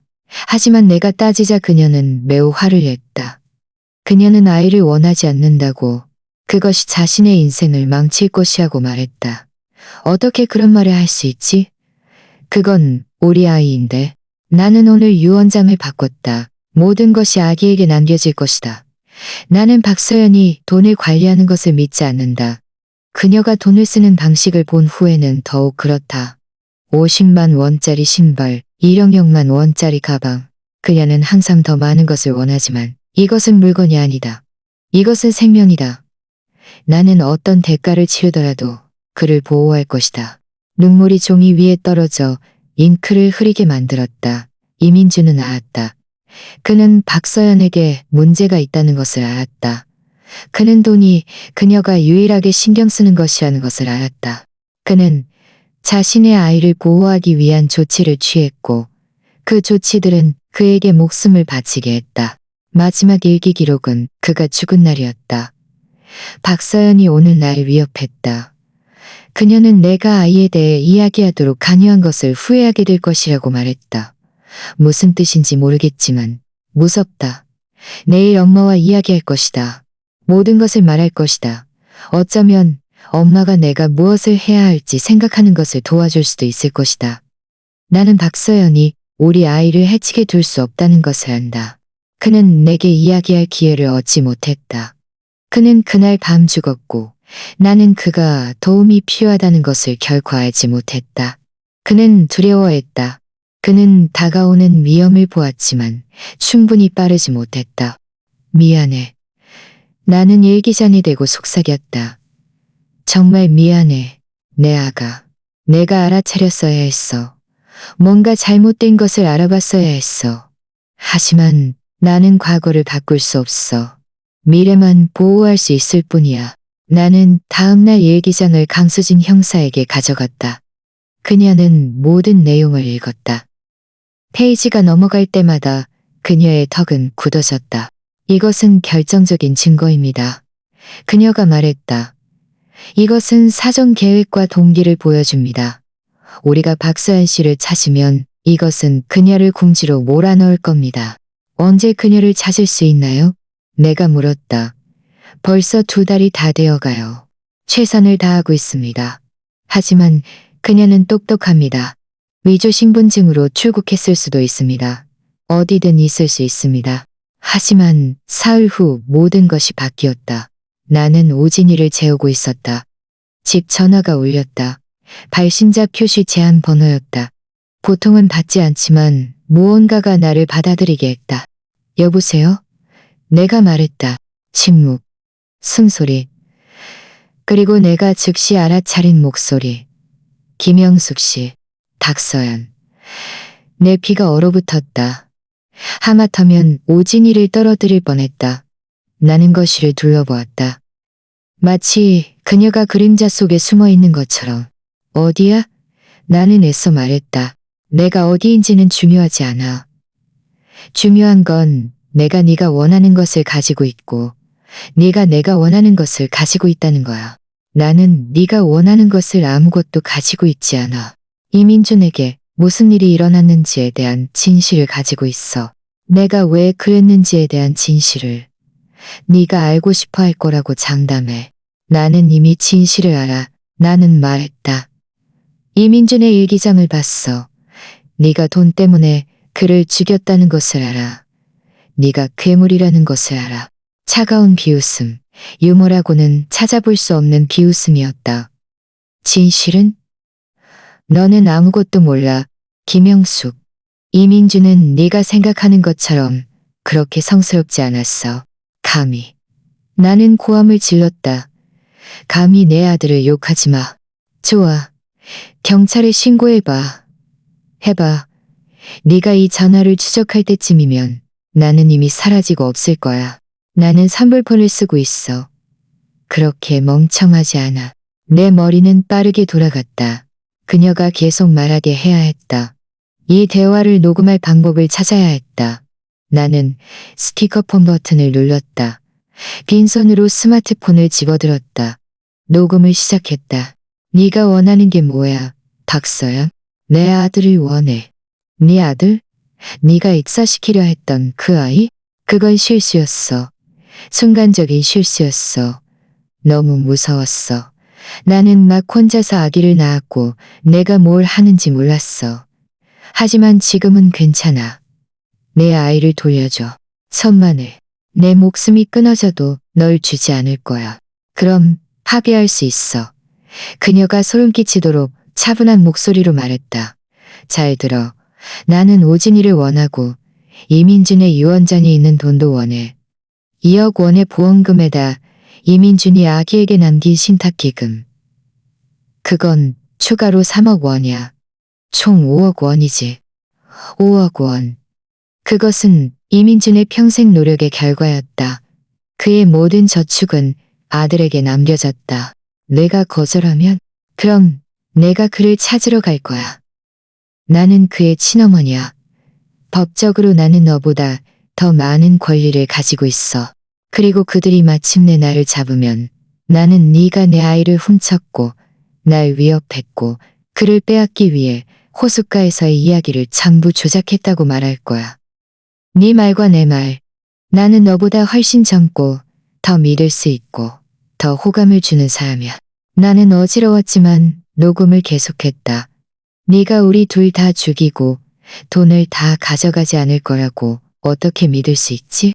모르지. 하지만 이건 네 유일한 선택이야. 아이와 돈을 호숫가에 있는 그 낡은 창고로 가져와. 어딘지 알지? 너와 이민준이 낚시하러 가곤 했던 그곳. 내일 자정, 혼자 와. 경찰을 보면 나는 사라질 거야. 너는 나를 다시는 볼 수 없을 거고 나는 결국 오진이를 너에게서 떼앗아갈 방법을 찾을 거야. 박서연, 기다려. 하지만 전화는 이미 끊어져 있었다. 나는 그곳에 서서 떨었다. 한 손으로는 오진이를 안고 다른 손으로는 전화를 들고. 나는 녹음본을 얻었다. 박서연이 살아있고 나를 위협한다는 증거를. 나는 즉시 강수진 형사에게 전화했다. 녹음본을 그녀에게 전송했다. 아주 좋습니다. 그녀가 말했다. 이것이 바로 우리가 필요했던 것입니다. 이제 우리는 함정을 설치할 겁니다. 부인께서는 그 만남의 장소로 가셔야 합니다. 하지만 우리는 그곳에 숨어 기다릴 겁니다. 그녀가 나타나면 우리가 그녀를 잡을 겁니다. 만약 뭔가 잘못되면요? 만약 그녀가 제가 경찰과 함께 있는 것을 보고 도망치면요? 그녀는 우리를 보지 못할 겁니다. 제가 장담합니다. 저격수를 배치하고 어둠 속에 매복해 있는 팀을 배치할 겁니다. 그녀는 이번에는 도망치지 못할 겁니다. 그럼 우진이는요? 우진이는 김지은 간호사님과 함께 안전한 곳에 있을 겁니다. 그를 데려갈 수 없습니다. 그를 데려가는 척만 하면 됩니다. 나는 고개를 끄덕였다. 그녀는 볼 수 없었지만 하루만 더 버티면 된다. 그러면 박서연은 이민준에게, 우진이에게, 그리고 그녀가 초래한 모든 고통에 대한 대가를 치르게 될 것이다. 그날 밤 나는 잠들지 못했다. 나는 깨어 우진이가 잠든 모습을 지켜보았다. 그의 얼굴의 모든 세부 사항을 기억했다. 만일의 경우를 대비해서 내가 다시는 그를 볼 수 없게 될 경우를 대비해서 네 아빠는 널 사랑했어. 나는 속삭였다. 나도 널 사랑해. 내일 우리는 네가 영원히 안전할 수 있도록 할 거야. 다음 날은 영원처럼 길었다.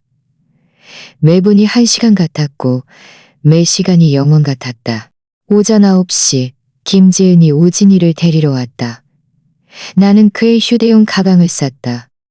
마치 그가 일주일 동안 떠나는 것처럼. 비록 몇 시간 후에 그가 돌아오기를 바랐지만 기저귀, 분유, 여고로, 그가 가장 좋아하는 담요, 물건 하나하나를 가방에 넣을 때마다 손이 떨렸다. 그는 나와 함께 아주 안전할 겁니다. 김지은이 오진이를 품에 안으며 말했다. 제 전화번호는 아시죠? 경찰도 제 주소를 압니다. 아무도 그에게 손가락 하나 댈 수 없을 겁니다. 제가 약속합니다. 나는 그의 이마에 키스했다. 그리고 오진이에게도 키스했다. 그의 부드러운 피부에서는 아기 로션과 희망의 냄새가 났다. 사랑한다, 아가야. 나는 속삭였다. 할머니가 곧 돌아올게. 나는 그들이 떠나는 것을 지켜보았다. 김지은의 차가 길 끝으로 사라졌다. 내 영혼의 일부가 빠져나가는 것 같았다. 하지만 이것은 필수적인 일이었다. 오진이는 만일의 경우에 대비해 멀리 안전한 곳에 있어야 했다. 강수진 형사는 오후 2시에 다른 경찰관 3명과 함께 왔다. 남자 2, 여자 1. 모두 사복 차림이었고 모두 무기를 가지고 있었다. 그들은 내 거실을 지휘본부로 바꿨다.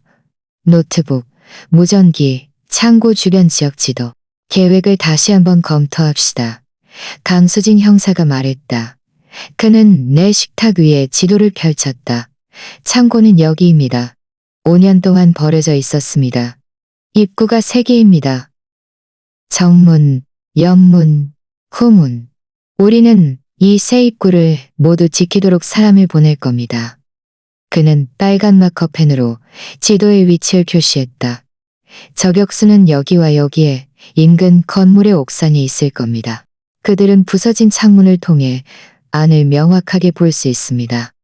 특공대는 여기 뒤에 있을 겁니다. 우리가 박서연 씨를 시각적으로 확인하는 즉시 침입할 준비를 할 겁니다. 그럼 저는 뭘 해야 하나요? 내가 물었다. 내 목소리는 내가 느끼는 것보다 더 차분하게 들렸다. 안으로 들어가서 그녀와 이야기하세요. 계속 말하게 하세요. 우리는 그녀가 이민줄 씨를 죽였다는 것, 오진이를 살해하려 했다는 것을 자백하는 것을 들어야 합니다. 부인께서는 숨겨진 마이크를 가지고 있을 겁니다. 우리는 모든 것을 녹음할 겁니다. 경찰관 1명, 30살쯤 되어 보이는 키 큰 남자가 단추만 한 작은 장치를 꺼냈다. 이것을 부인의 옷에 붙이세요. 여기. 그는 내 옷기다리를 가리켰다. 이것은 모든 소리를 실시간으로 전송할 겁니다. 그리고 비상 버튼도 있습니다. 3번 연속으로 누르면 무슨 일이 있어도 우리가 즉시 돌입할 겁니다. 그는 내게 작동법을 가르쳐 주었다. 나는 연습했다. 만약 아이를 보여달라고 하면요. 아이가 차 안에 있다고 말하세요. 먼저 이야기하고 싶다고, 그녀가 왜 그랬는지 이해하고 싶다고 말하세요. 그녀의 자존심을 이용하세요. 박서연 같은 사람들은 자신에 대해 이야기하는 것을 좋아합니다. 그녀가 얼마나 똑똑한지 자랑하게 하세요. 우리는 다음 몇 시간을 모든 세부 사항, 모든 가능한 시나리오를 검토하는 데 보냈다. 박서연이 무기를 가지고 있으면? 그녀가 혼자가 아니면? 만약 뭔가 잘못되면? 내 머릿속은 정보로 가득 찼다. 저녁 8시, 그들은 내게 종이장 같은 맛이 나는 햄, 샌드위치를 주었지만 나는 입 한 입 다 삼켰다. 힘이 필요했다. 정신을 차려야 했다. 저녁 10시, 그들은 내게 마이크를 달아주었다. 그들은 오디오를 반복해서 테스트했다. 그들은 내게 문장을 말하게 하고 하나부터 10까지 세게 하고 크게 소리 지르고 작게 속삭이게 했다. 모든 것이 제대로 작동하는지 확인하기 위해서였다. 기억하세요. 강수진 형사가 내 눈을 똑바로 보며 말했다. 안에서 혼자가 아닙니다. 저는 부인이 하는 모든 말을 듣고 있을 겁니다. 지원팀은 몇 미터 떨어져 있습니다. 진정한 위험의 징후가 보이면 우리는 즉시 돌입할 겁니다. 부인에게 무슨 일이 생기게 두지 않을 겁니다. 나는 고개를 끄덕였다. 나는 그를 믿고 싶었지만 두려움은 내 위장 속에 도사리고 있는 차가운 뱀이었다. 밤 11시 15분, 우리는 출발했다. 나는 내 차를 운전했고 강수진 형사는 조수석에 웅크리고 앉아 밖에서 보이지 않도록 했다. 다른 팀들은 이미 배치되어 있었다. 그는 무전기로 내게 알렸다. 저격수 배치 완료, 후방팀 준비 완료, 주변 봉쇄 완료. 우리는 밤 11시 40분에 창고에 도착했다. 내 기억 속 그대로였다. 낡고 위태롭고 창문은 깨지고 벽에는 낙서가 가득했다. 이민준이 어렸을 때 우리는 여기 자주 왔다. 뒤편 부두에서 낚시를 했다. 더 순수하고 행복했던 시절이었다. 강수진 형사는 박서연이 상상할 카메라 사각지대에서 내렸다. 그는 그림자 속으로 사라졌다. 나는 혼자가 되었다. 나는 시계를 보았다. 밤 11시 55분, 5분. 나는 눈을 감았다. 이민준을 생각했다. 그의 미소를, 그가 엄마라고 애교 섞인 목소리로 부르던 것을, 그가 아버지가 되었다면 어땠을까 생각했다. 나는 오진이를 생각했다. 그의 미래를, 그가 마땅히 받아야 할 모든 것을. 두려움도, 위협도, 그림자도 없는 삶. 자정 12시, 내 휴대전화가 진동했다. 알 수 없는 번호에서 온 문자 메시지였다. 지금 혼자 들어와.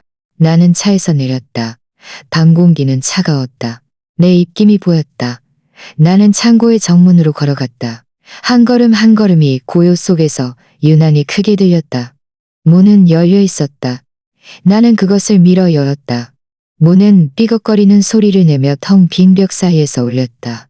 안은 어두웠다. 거의 새까만 어둠이었다. 깨진 창문으로 희미한 달빛만이 들어와 기이한 그림자를 만들어냈다. 박서연. 나는 소리쳤다. 내 목소리는 작고 두려움에 가득 차게 들렸다. 문을 닫아. 그림자 속에서 목소리가 들려왔다. 박서연의 목소리였다. 나는 문을 닫았다.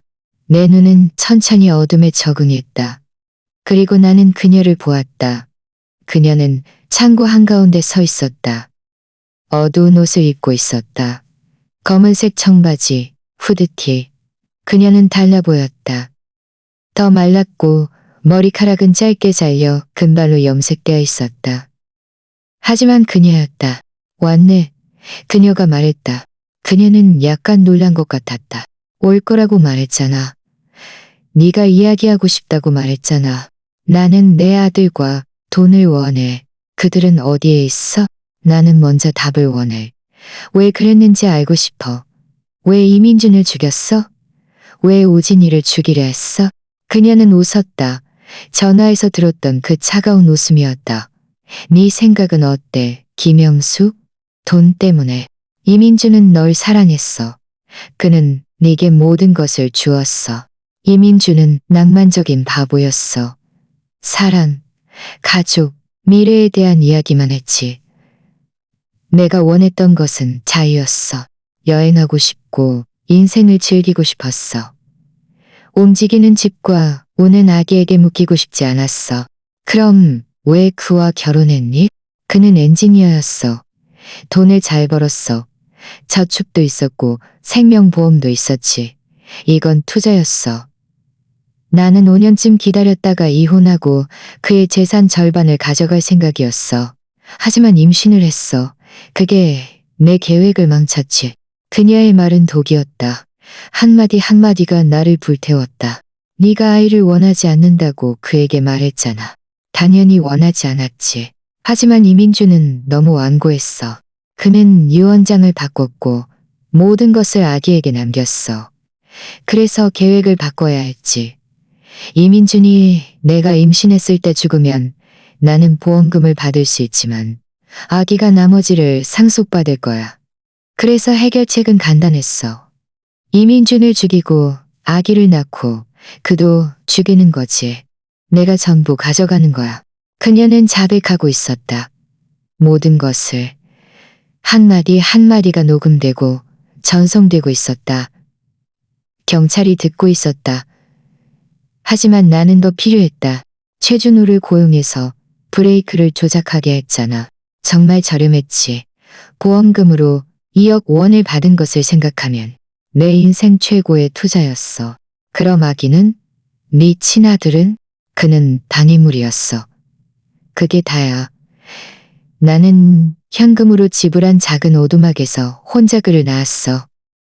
내가 임신했다는 것을 아무도 몰랐어. 헐렁한 옷을 입고 사람들을 피했지. 그가 태어났을 때 나는 그를 아무데나 버리려 했어. 하지만 나중에 너와 이민준이 그 호수를 생각했어. 너희 작은 가족 전통이 시작된 곳에서 모든 것을 끝내는 것이 꽤 의미심장할 것 같았지. 나는 역겨웠다. 화가 났다. 세상의 모든 증오가 눈앞에 이 여자에게 집중되는 것 같았다. 하지만 넌 실패했어. 내가 그를 구했어. 아, 그거 정말 짜증났지. 하지만 괜찮아. 이제 내가 이 일을 끝낼 테니까. 오진이는 어디 있어, 김영수? 나는 그를 너에게 넘겨주지 않을 거야. 웃는 게 아니야. 그리고 나는 총을 보았다. 그녀가 후드티에서 꺼낸 작은 검은색 총이 내 가슴을 겨냥하고 있었다. 마지막 기회야. 내 아들은 어디 있어? 나는 비상 버튼을 눌렀다. 한 번, 두 번, 세 번. 넌 절대 그를 만질 수 없어. 내가 말했다. 그녀의 손가락이 움직였다. 모든 것이 슬로모션처럼 느껴졌다. 나는 불꽃을 보았다. 총성을 들었다. 어깨에 무언가가 부딪히는 것을 느꼈다. 뜨겁고 타는 듯했다. 나는 뒤로 넘어졌다. 그리고 창고는 아수라장이 되었다. 문이 부서지며 열리고 눈부신 불빛, 고함 소리.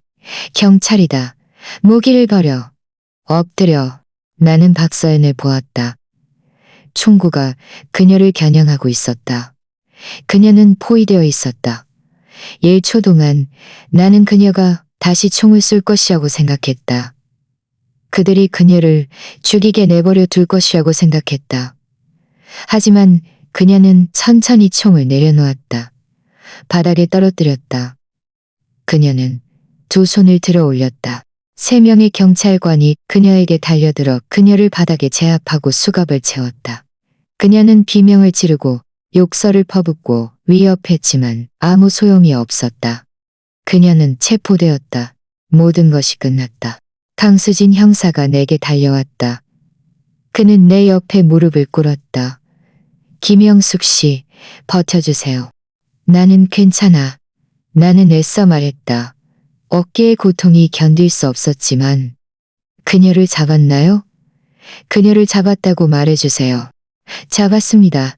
이제 끝났습니다. 움직이지 마세요. 구급차가 곧 올 겁니다. 나는 눈을 감았다. 충분했다. 끝났다.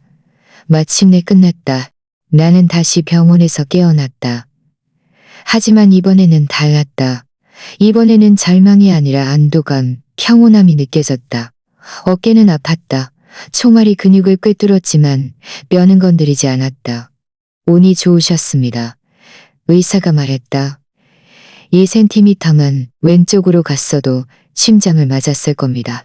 김지은이 내 옆에 앉아 우진이를 안고 있었다.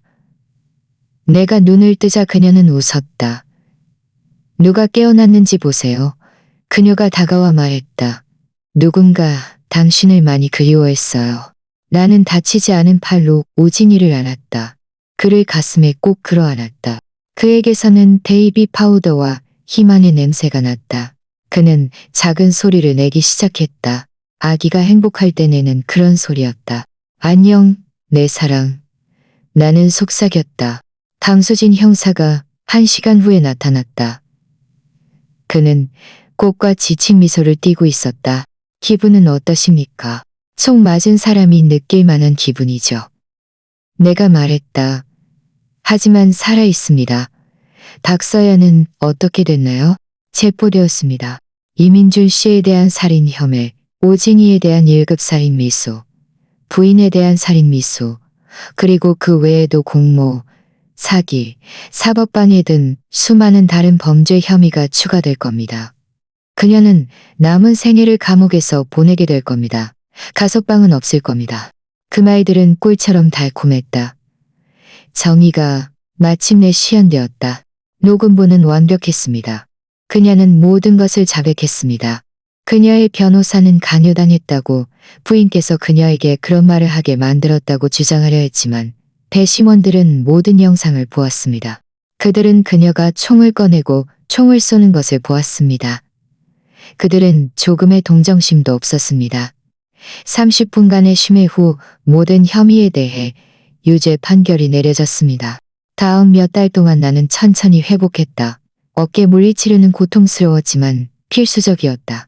김지은은 내가 다친 팔로 아기를 안을 수 없을 때 오진이를 돌보는 것을 계속 도와주었다. 스님은 음식을 가져다 주셨다. 내가 거의 알지 못했던 이웃들은 접시 가득 음식을 가져다 주고 위로의 말을 건넸다. 영웅이세요. 아래층 할머니가 말했다. 그 아이를 위해 목숨을 걸다니. 하지만 나는 영웅이라고 느끼지 않았다. 그저 손자를 보호하기 위해 어떤 할머니라도 할 일을 한 할머니라고 느꼈을 뿐이다. 박서연이 체포된 지 2달 후 나는 다시 판사 앞에서 심리를 받았다. 이번에는 달랐다. 이번에는 판사가 서류를 검토하는 동안 얼굴에 미소를 띠고 있었다. 김영숙 씨, 그녀가 말했다. 지난 6개월간의 모든 보고서를 검토했습니다. 사회복지국의 방문 기록, 오진이의 의료 평가, 진행 보고서, 매우 인상 깊다고 말씀드려야겠습니다. 내 심장이 빠르게 뛰었다. 오진이는 부인의 보살핌 속에서 훌륭하게 자랐습니다. 그는 모든 발달 이정표를 달성했습니다. 그는 건강하고 행복하고 사랑받고 있습니다. 그리고 부인께서는 수많은 어려움에도 불구하고 훌륭하게 해내셨다는 것을 증명하셨습니다. 감사합니다, 판사님.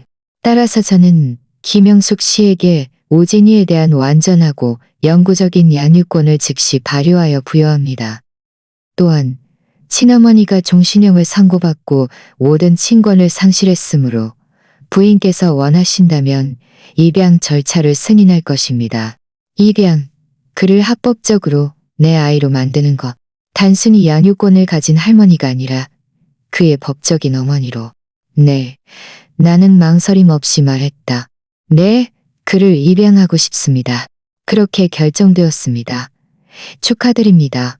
부인께서는 이제 그의 공식적인 어머니가 되셨습니다. 판사의 망치가 내려쳤다. 갑자기 몇 달간의 짐이 모두 내려앉았다. 모든 것이 제자리를 찾았다. 오진이는 내 것이었다. 아무도 그를 다시는 내게서 빼앗아가지 못할 것이다. 영원히. 나는 오진이를 안고 법원을 나섰다. 그는 이제 8달 된 아기였다. 통통하고 행복했다. 그는 작은 이빨 2개를 드러내며 웃었다. 내가 그를 흔들면 깨르르 웃었다.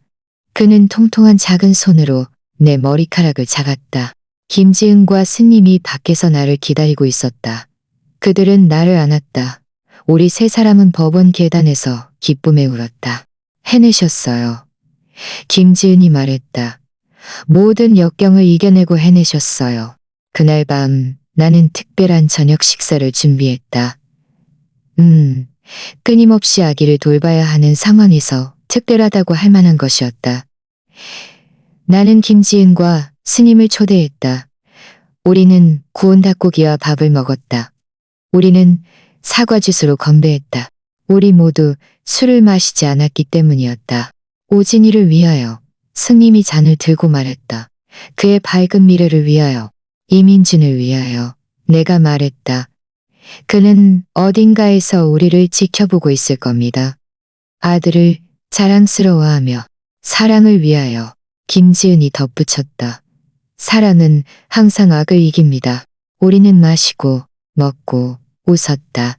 오진이는 유아용 식탁의자에서 행복하게 소리를 질렀다. 이해하지 못했지만 그는 주변의 행복을 느꼈다. 몇 달은 몇 년이 되었다. 오진이는 자랐고 걷기 시작했다. 11달째 되는 날, 그가 처음으로 말한 단어는 엄마였다. 그가 그 말을 했을 때 나는 울었다. 2살에는 집안을 뛰어다녔다.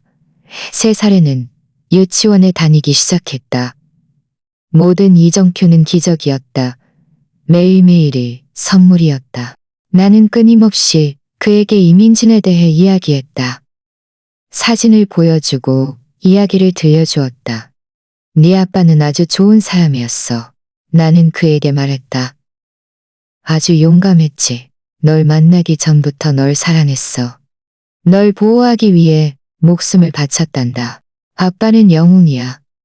오진이가 어린 목소리로 말했다. 그래, 내 아가. 아빠는 영웅이었어. 너도 잘하면 그만큼 좋고 용감하고 사랑이 많은 사람이 될 거야. 나는 그에게 박서연에 대해 결코 이야기하지 않았다. 그가 좀 더 자라서 이해할 수 있을 때까지 기다려야 할 것이다. 지금 그는 그저 사랑받고 소중히 여겨지고 누군가 그를 위해 싸웠다는 것을 알 필요가 있었다.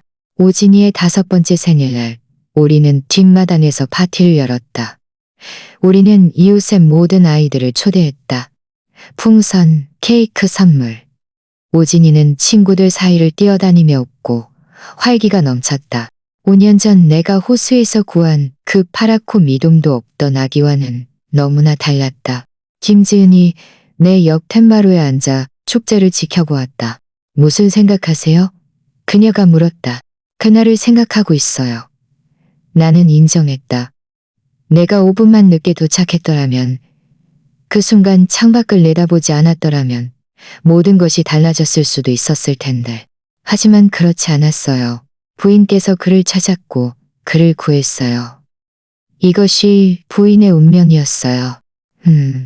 아니면 이민준의 계획이었을지도요. 내가 말했다. 가끔은 그가 그날 내 시선을 호수로 이끌었다고 생각해요. 그가 어떻게든 내가 그곳에 있을 것이라는 것을 알고 내가 자신의 아들을 보호할 수 있다고 믿었다고. 어쩌면요. 김지은이 말했다. 아니면 부인께서 그저 포기하기를 거부한 믿을 수 없을 정도로 용감한 여자였을지도요. 그날 밤 모든 사람들이 떠난 후 오진이가 너무 흥분해서 지쳐 잠든 후 나는 거실에 혼자 앉아 있었다. 나는 벽에 걸린 사진들을 보았다. 이민준이 어렸을 때, 이민준의 졸업식, 이민준의 결혼식 날 사진들. 그리고 그 사진들 옆에는 새로운 사진들이 있었다. 오진이가 병원에서 갓 태어난 모습, 오진이가 첫걸음을 떼는 모습, 오진이가 학교에 처음 가는 모습. 두 세대가 사랑으로 연결되어 비극으로 헤어지고 생존으로 단결한 모습. 우리가 해냈어, 이민준. 나는 그의 사진에 대고 속삭였다. 네 아들은 안전해. 행복해. 네가 원했던 대로 훌륭하게 자라고 있어. 그가 대답할 수 없다는 것을 알았지만 나는 무언가를 느꼈다. 따뜻함, 평온함. 마치 그가 그곳에 있는 것처럼 자랑스러워하고 감사해하고 편안해하는 것처럼. 어쩌면 당신이 내 입장이었다면 포기했을지도 모른다. 어쩌면 당신은 너무 늙고 너무 지쳤고 너무 부서져서 아무것도 할 수 없다고 느꼈을지도 모른다. 아니면 어쩌면 당신도 똑같은 선택을 했을지도 모른다. 왜냐하면 사랑은 그렇게 작동하기 때문이다. 사랑은 당신을 생각보다 더 강하게 만들고 모든 희망이 사라진 것 같을 때도 계속 싸우게 하며 가장 깊은 어둠 속에서 희망을 찾게 한다. 나는 미래가 어떻게 될지 모른다. 나는 도전이 있을 것이라는 것을 안다. 힘든 날들이 있을 것이라는 것을 안다. 내 나이에 아이를 키우는 것이 쉽지 않다는 것을 안다. 하지만 나는 또한 우진이와 함께하는 매일이 선물이라는 것을 안다. 모든 미소, 모든 포옹, 모든 엄마 사랑해요. 그가 그의 방에서 평화롭게 잠든 모습을 볼 때 한때 그의 아버지의 방이었던 그 방에서 나는 그저 이 아이뿐만 아니라 약속을 본다. 내 아들에게 했던 약속. 호숫가에서 그 끔찍한 날 나 자신에게 했던 약속. 보호하고 사랑하고 결코 포기하지 않겠다는 약속. 어떤 사람들은 내가 그 정확한 순간에 창밖을 내다본 것이 운이라고 말한다. 다른 사람들은 운명이라고 말한다. 어쩌면 둘 다 약간씩 섞여 있을지도 모른다. 어쩌면 이민준이 우리가 이해할 수 없는 어떤 곳에서 나를 이끌었을지도 모른다. 내가 확실히 아는 유일한 것은 내가 그 여행 가방이 호수 속으로 가라앉는 것을 보았을 때, 그 안에서 희미한 소리를 들었을 때, 그리고 우진이의 작은 심장이 내 가슴에서 계속 뛰려고 애쓰는 것을 느꼈을 때, 나는 모든 것이 되돌릴 수 없다는 것을 되돌렸을 때. 그리고 있잖아. 나는 그것에 감사한다. 나는 내 지붕 아래 잠든 이 아이에게 감사한다. 이민준의 눈을 다시 볼 수 있는 기회에 감사한다. 이 낡은 집벽에 울려 퍼지는 그의 웃음소리를 다시 들을 수 있는 기회에 감사한다. 다시 사랑할 수 있는 기회에 감사한다. 목적을 가질 수 있는 기회에 감사한다. 모든 것을 잃었음에도 귀중한 것을 얻었다는 것을 느낄 수 있는 기회에 감사한다. 비극은 결국 우리 모두에게 찾아올 것이다. 그것은 우리가 가장 예상하지 못할 때 우리의 문을 두드린다. 그것은 우리가 사랑하는 사람들을, 우리의 진정한 꿈을, 우리가 당연하게 여겼던 안정감을 빼앗아간다. 하지만 그 후에 우리는 무엇을 하는가? 그것이 바로 우리가 누구인지를 정리하는 질문이다. 이민준이 죽었을 때 나는 슬픔에 잠길 수도 있었다. 박서연이 여행 가방을 호수에 던지는 것을 보았을 때 나는 두려움에 움츠러들 수도 있었다. 나는 너무 늙고 너무 약하고 너무 부서져서 다시는 엄마가 될 수 없다고 말할 수도 있었다. 하지만 나는 싸우기로 선택했다. 나는 사랑하기로 선택했다. 나는 가장 깊은 상실의 잿더미 속에서도 새로운 것이 자랄 수 있다고 믿기로 선택했다. 그리고 그는 정말로 자랐다. 그의 이름은 오진이다. 그는 오늘 5살이고 내일이면 6살이 될 것이다. 언젠가 그는 20살, 30살이 될 것이다. 자신의 꿈을 가지고, 자신의 사랑하는 사람들을 가지고, 어쩌면 자신의 아이들을 가지러 완전한 남자. 내가 이 모든 것을 볼 수 있을지 모르겠다. 아마도 그러지 못할 것이다. 하지만 나는 씨앗을 심었다는 것을 안다. 아닌 그에게 강한 뿌리와 날개를 주었다는 것을 안다. 나는 그에게 강한 뿌리와 날아오를 날개를 주었다는 것을 안다. 그리고 그것으로 충분해야 한다. 어떤 밤에는 오늘 밤처럼 집이 고요하고 벽에 걸린 낡은 시계의 째깍거리는 소리만 들릴 때 나는 호숫가에서의 그날 이전의 나를 생각한다. 슬픔에 짓눌려 과거의 그림자 속에서 살던 여자. 목적이나 희망 없이 날들이 흘러가게 내버려 두던 여자. 나는 이제 그녀를 거의 여자. 그 여자는 내가 생각했던 것보다 훨씬 강하다. 왜냐하면 오늘날에나 마당에서 5살짜리 아이를 쫓아다니는 여자. 냉장고에 그림을 붙이는 여자. 냉장고에 크레용 그림을 붙이는 여자. 그리고 이 모든 것은 하나의 선택에서 시작되었다. 호수에서 도망치는 대신 호수로 달려가는 선택.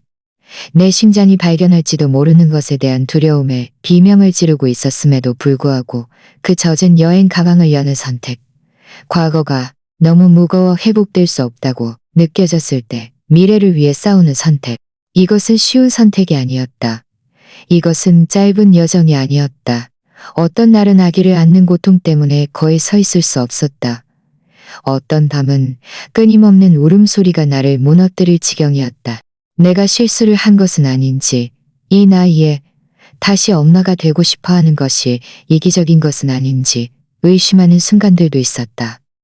하지만 그때 오진이가 내게 미소를 지을 것이다. 그는 그 달콤한 목소리로 엄마라고 말할 것이다. 그는 내 품에서 잠들 것이다.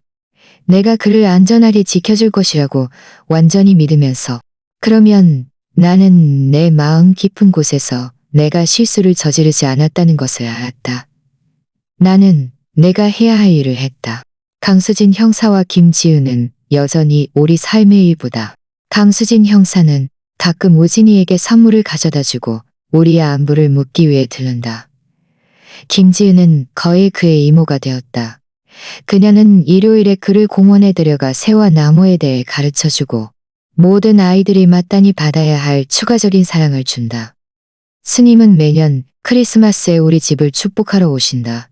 그는 우진이가 부처님의 계획이 얼마나 놀라운지 비극을 승리로, 고통을 사명으로 바꿀 수 있다는 사명으로 바꿀 수 있다는 사명으로. 그리고 박서연. 그녀는 종신형을 살고 있고 가석방은 없을 것이다. 그녀는 다시는 오진이나 다른 누구도 해칠 수 없을 것이다. 가끔 나는 그녀가 그를 생각할지, 후회할지, 그녀의 차가운 마음속에 한 줄기 모성이라도 존재했을지 생각한다. 하지만 그때 나는 그녀가 여행 가방을 호수에 던질 때의 얼굴 표정을 떠올리고 답을 안다. 어떤 사람들은 사랑할 능력이 없다. 박서연은 그중 하나였다. 그녀는 오직 돈, 자유, 그리고 자신의 욕망만을 신경 썼다. 그녀의 상실은 나의 어둠이다. 왜냐하면 매일 아침 나는 복도에서 들려오는 작은 발소리에 잠에서 깨기 때문이다. 내 방문이 열리고 오진이가 내 침대로 뛰어오른다. 그의 검은 머리카락은 헝클어져 있고 그의 눈, 이민준의 눈은 새로운 날의 희망으로 반짝인다. 엄마, 좋은 아침. 그는 외치며 작은 팔로 나를 감싼다. 그 순간 모든 고통, 모든 투쟁, 모든 희생이 같이 있었다. 그 순간 나는 다시 할 것이라는 것을 알았다. 나는 박서연에게 맞서고 총을 맞고 이 시스템 전체에 맞서 싸울 것이다. 오직 이 아이가 내 삶에 나타나도록 하기 위해서.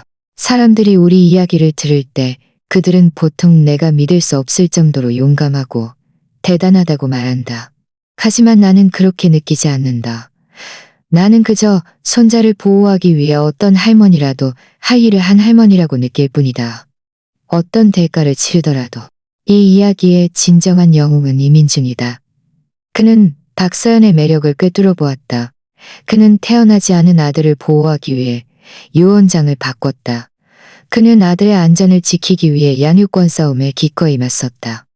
이민준은 그의 사랑을 위해 궁극적인 대가를 치렀다. 그리고 진정한 기적은 오진이다. 그는 기적적으로 살아남았다. 그는 처음의 위태로운 순간에 수만 번 한 번을 위해 싸웠다. 그는 상실로 가득했던 이 집의 빛을 되찾아 주었다. 나로 말하자면 나는 그저 아버지와 아들을 연결하는 다리일 뿐이다. 그들의 기억을 지키고 그들의 미래를 보호하는 사람. 그것으로 충분하다. 그것으로 충분하고도 남는다.